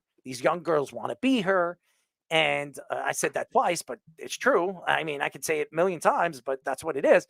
And it's the same thing with what player in the NBA now. Steph Curry has brought a different look to the NBA. Now, these smaller point guards or these kids Steph Curry isn't small, but he was 6 foot. When he came into the NBA, he was like 6'1". He grew 2 inches in the NBA. But when he was playing in college basketball, he was like 5'10", 5'11". And he was a small guy, and he had to develop a shot. That was the only way he was going to make the NBA. And now he's changed the NBA, I think, for the worse. But nevertheless, everybody wants to be Steph Curry. Steph Curry is the game of basketball for the WNBA, and that's the shot, and that's the stardom. And Michael Jordan did the same thing for the NBA in the 80s and the 90s, which took the NBA international, which brought shoe deals that we've never seen before and money that we've never seen players make. What is she going to do for the WNBA? She's going to bring money, endorsements, and it's going to help these young ladies actually make money where they don't have to go overseas at the end of the season. They don't have to go and play 24/7 for the rest of their careers. They actually can retire on the contracts they get. So this is good for the WNBA. All it is, ladies and gentlemen, for Kathy Engelberg, Angel Reese, Chennedy Carter, or even Terry Jackson, it is all about one word and one word only: jealousy. That's it. Very well said. Yeah, I think there's definitely a lot of jealousy. Now, I agree with you where the publicity end of it should not have been spoken in that way. And I think that's where a lot of the players are coming at Kathy Engelson. It sounds like a commissioner that wants to only care about the money and not care about the players in the same way. And that, I think a lot of the players have every right to take offense to in that regard with everything that they've been dealing with in a smaller league. But again, it's a smaller league. You have to grow the product as well. And branding that kind of rivalry, you have to try to do that some kind of thing. And obviously it sucks what the players have to go through, all these trolls, all these abusive people. Like, nobody should have to deal with that kind of thing. And I feel bad for all the athletes dealing with that, but you have to still try to grow the game in that way too. So I think that's where I think Terry Jackson is coming from too. Fuel the rivalry. And these players have mentioned it as well. And bring Caitlin Clark and Angel Reese in a much more positive way rather than this negative way that these trolls are all going after. And I think there's a good way to do that where you still could grow the game. Like you were saying, get these deals, get these money that they want for the league. Amen, Speedy. Amen. I was just going to talk about the exact same thing. I got to double down on this toxic world of these tough typing trolls. Double jelly. Look, I need a there's double a jelly. lot of people. Have you ever tried that, Errol, guys? Have you ever done that before? Take 2 jelly donuts and eat them at the same time. It's good. It's good because you get double. You get double the squirt. Speedy, you know all about double the squirt, right? I'll pass. I'm sorry. Go ahead. Fish. No, that's all right.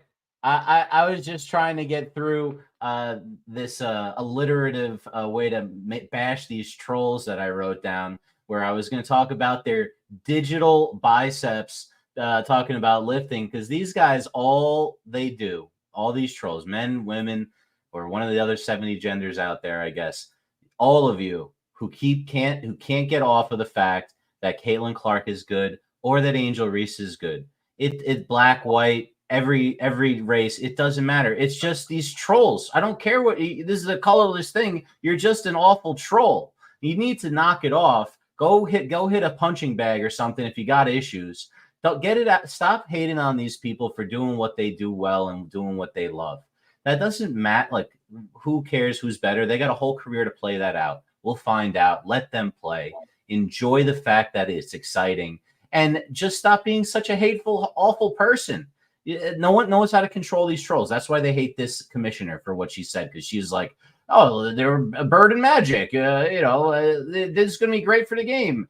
What about all the people saying awful stuff and making everybody in your league upset because they're all activists? Well, no, just, let's just put our heads down and play ball. It's not going to fly with that WNBA crowd.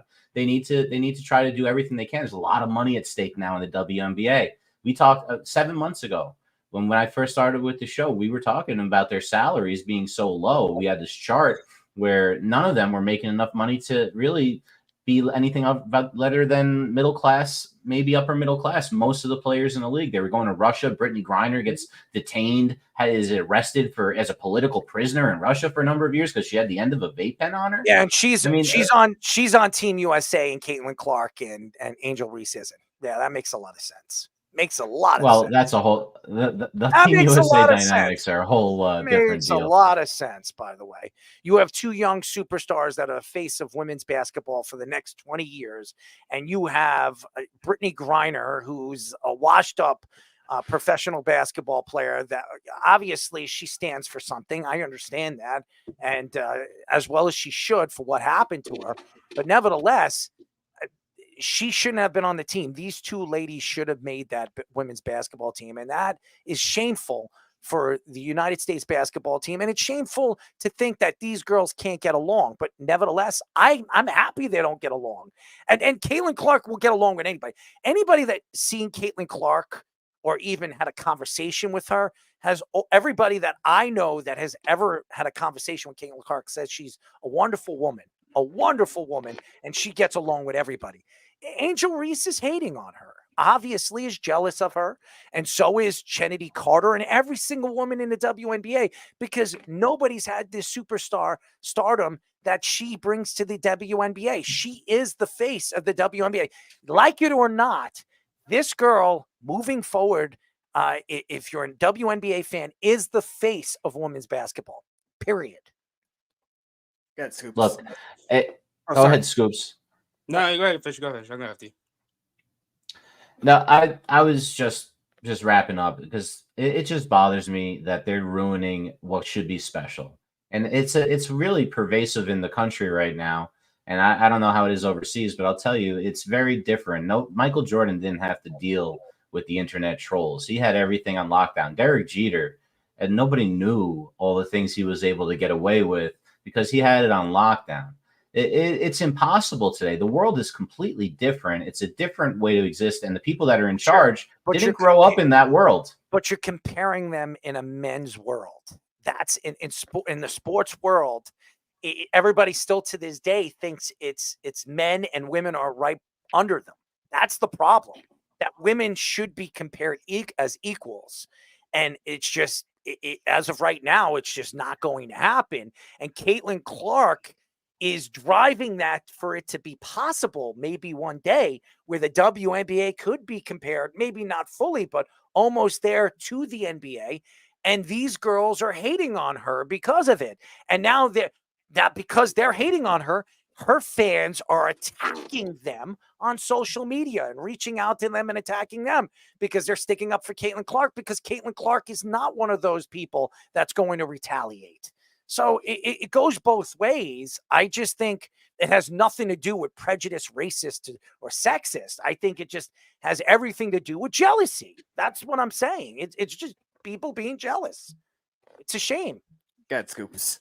Yeah, just well said from everyone. I feel like you guys all hit all the points right on the head, from Engelbert's comments to the haters on the rivalries. And you guys were mentioning it. Rivalries, they're great. They're great for the game. Everybody loves a good rivalry. Everybody loves to stay tuned in. I mean, that's what's going to make you see a Fever or a Sky or a Liberty game. That's what's going to bring in, of course, money. But the hating that comes from all these girls and all the other players like Kennedy Carter and all the others, it's so repetitive. I'm so done with it. And Fish, you was just mentioning, like, you made a good point with the trolls that take to Twitter for engagement or just rage baiting. And personally, you could just tell, like, you could easily tell when you go on Twitter and you go on any social media or anywhere that has a hater or a troll just talking crap. Basically, you could just tell that they don't know what they're talking about, that they've never even watched a WNBA game where you have a bunch of people in the comment section that'll go like, oh, I hate Angel Reese. Well, why do you hate Angel Reese? Or why do you hate Caitlin Clark? Because they're being shoved down our throat. That doesn't make any sense to why you actually don't like them. Like, that's anybody could basically say that. Anybody, nothing about their skill, nothing about the player of the game, or not even because they're a horrible person, just because they're shoved down your throat. It's repetitive. You could just see that it's nobody knows what they're talking about when it comes to the trolls. And isn't that what you do with stars? Isn't that what you do with stars? You shove them down people's throats. I mean, in any sport. I mean, when Sidney Crosby came to the NHL, what did the NHL want to do? They wanted to shove him down your throat. So what do? They put him on ESPN every single week. They put him on every single channel just so you get a chance to see who Sidney Crosby was. It's different now. The world is social media, the TV deals. You get a chance to watch all these players. You can do that. When I was a kid, when I was growing up, if you wanted to go and watch these guys play, you would watch them on ESPN once a week. I mean, I saw Michael Jordan. The only time I got a chance to see Michael Jordan is if he was playing the Knicks. That was the only time I got a chance to, or the playoffs. That was the only chance. But when I watched him, I was like, I would love to watch this guy play 82 games this season. I want to move to Chicago, even though I couldn't stand the SOB. Okay? Because I'm a Knicks fan. So it's different now. Everything runs through social media. You can watch Caitlin Clark play every single one of her games. You can watch Angel Reese. You can watch LeBron James. You can watch Sidney Crosby, the old man that he is. I mean, it's different. It's a different world now. It's a different game, and that's why social media has changed everything. Unfortunately, does it change it for the better or the worse? Only time will tell, and we'll see. The transition of what the WNBA could be or what it's going to be in the future is going to be because of Caitlin Clark, Angel Reese, or maybe somebody else in the future. Scoops, you're trying to say something? Yeah, I just wanted to say one more. I just wanted to add one more thing. But this is a question to all you guys too. But wouldn't you also say people like Patrick Mahomes and Travis Kelce is also shoved down other people's throats to non-football watchers? Wouldn't you say they're respectfully shoved down people's throats? Because I would say, yeah. Patrick Mahomes and Travis Kelce. Patrick Mahomes, even with the fantasy, is shoved down your throat. Exactly. It is. If you're, and I'm going to go back to this, and there's something that I can argue about this as well when it comes to fantasy sports. When you look at fantasy sports, I grew up a team fan. I didn't care who was on my team. I could have the worst team in the NBA. And the Knicks weren't a great team. We had Charles Oakley, Anthony Mason, Xavier McDaniel. They're good players. They weren't superstar players. We had Patrick Ewing. And Patrick Ewing was a superstar. We praised Patrick Ewing. And he was given to us by the NBA because we cheated in the draft, okay? Now, when you're these young kids that fall in love with sports, they don't fall in love with teams. They fall in love with players. They fall in love with fantasy, and they buy these players' jerseys because I'm a Joe Burrow fan because he's the best quarterback in the league, not because they're a Bengal fan. They're not rooting for the Bengals. They're rooting for Joe Burrow. It's a different world out there now, boys and girls. It's a different way of looking at sports, and now, when you look at the money that is being brought in by jersey sales, endorsements, and even TV deals, you wonder, where is this going? Where is this going to go in the future? And I'm going to tell you where it's going to go. Quarterbacks are going to make $100 or more million in about 5 to 7 years. You're going to see the first $1 billion quarterback. You're going to see the first $1 billion athlete in the next 5 to 10 years. It's crazy to think that way, but it's true. That's what you're seeing now. There's so much money to be made. It's a shame because when you look at these players in the 80s and the 70s, they were making like $5,000 a year, and now they're struggling. They're the best players of their leagues, and they're in the Hall of Fame, and now they're struggling. And what do? They're signing autographs to stay afloat. I mean, that's the way the world works. It's crazy what these pitchers and these baseball players are making now. But guess what? If the owners are making it, if the teams are making it, the players are going to make it because they're the faces of the team. So it's a different world out there, guys. And unfortunately, or fortunately, however way you want to look at it, it has nothing to do with prejudice, racism, or sexist. Because if it was, we would have a civil war right now. I mean, honestly, we would all be killing each other and trying to murder each other on a basketball court or a hockey rink or on a football field. It has nothing to do with that. And we should come together and understand that it's all about making money. That's what these sports are trying to do. They're trying to bring in new fans and more endorsements and more money to help the game grow. That's what they're doing. It has nothing to do with any of those things. So Engelbert is wrong. It's jealousy. How many times do I have to say it? It's every single WNBA player is jealous of this girl because she has the ability to draw eyes. That's it. And she stands for something that young girls, young men, and people just draw to. Just like everybody to this day, even though you don't know him, or if you do know him, you never get a chance to see him play. Michael Jordan stands for what the NBA is and what it's going to be 50 years from now. It's not LeBron James. It's not Jerry West. It's not Magic Johnson, Larry Bird, or even Kareem Abdul-Jabbar. It is Michael Jordan. That's it. Evolution. I don't think it has anything to do with evolution. It just has everything to do with what he did and what he's brought to the game of basketball. And unfortunately, if you go to a mall right now and you walk into a store, I would probably say 50% of the store is wearing Jordans. 50%. 50. That is a crazy percentage, and that tells you one thing.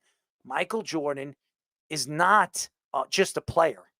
He's not just a Hall of Famer or anything that he was when he stood for the game of basketball.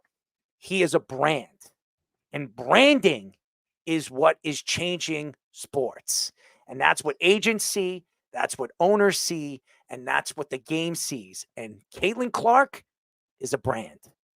And she will be a brand moving forward, and a brand that's going to help the WNBA take off, something that they have been missing since the game has been brought to television and the game has been brought to the human eye. So that's all I'm going to say about that. I think Caitlin Clark is good for the game, and it has nothing to do with any of the things that Kathy Engelbert has said, and I don't think Terry Jackson speaks for what she believes it does or it doesn't. I think both these ladies need to step away from it and let the game grow for what it is. That's all I'm going to say.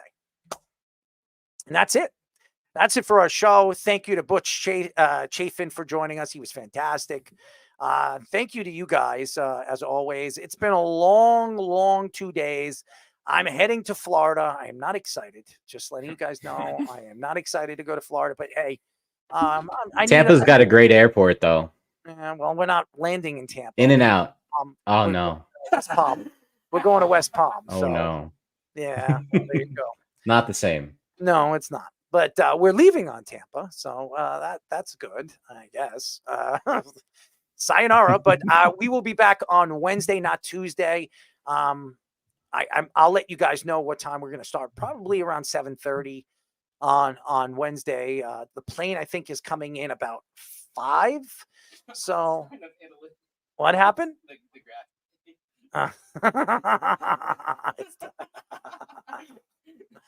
Oh, Speedy, we do love you.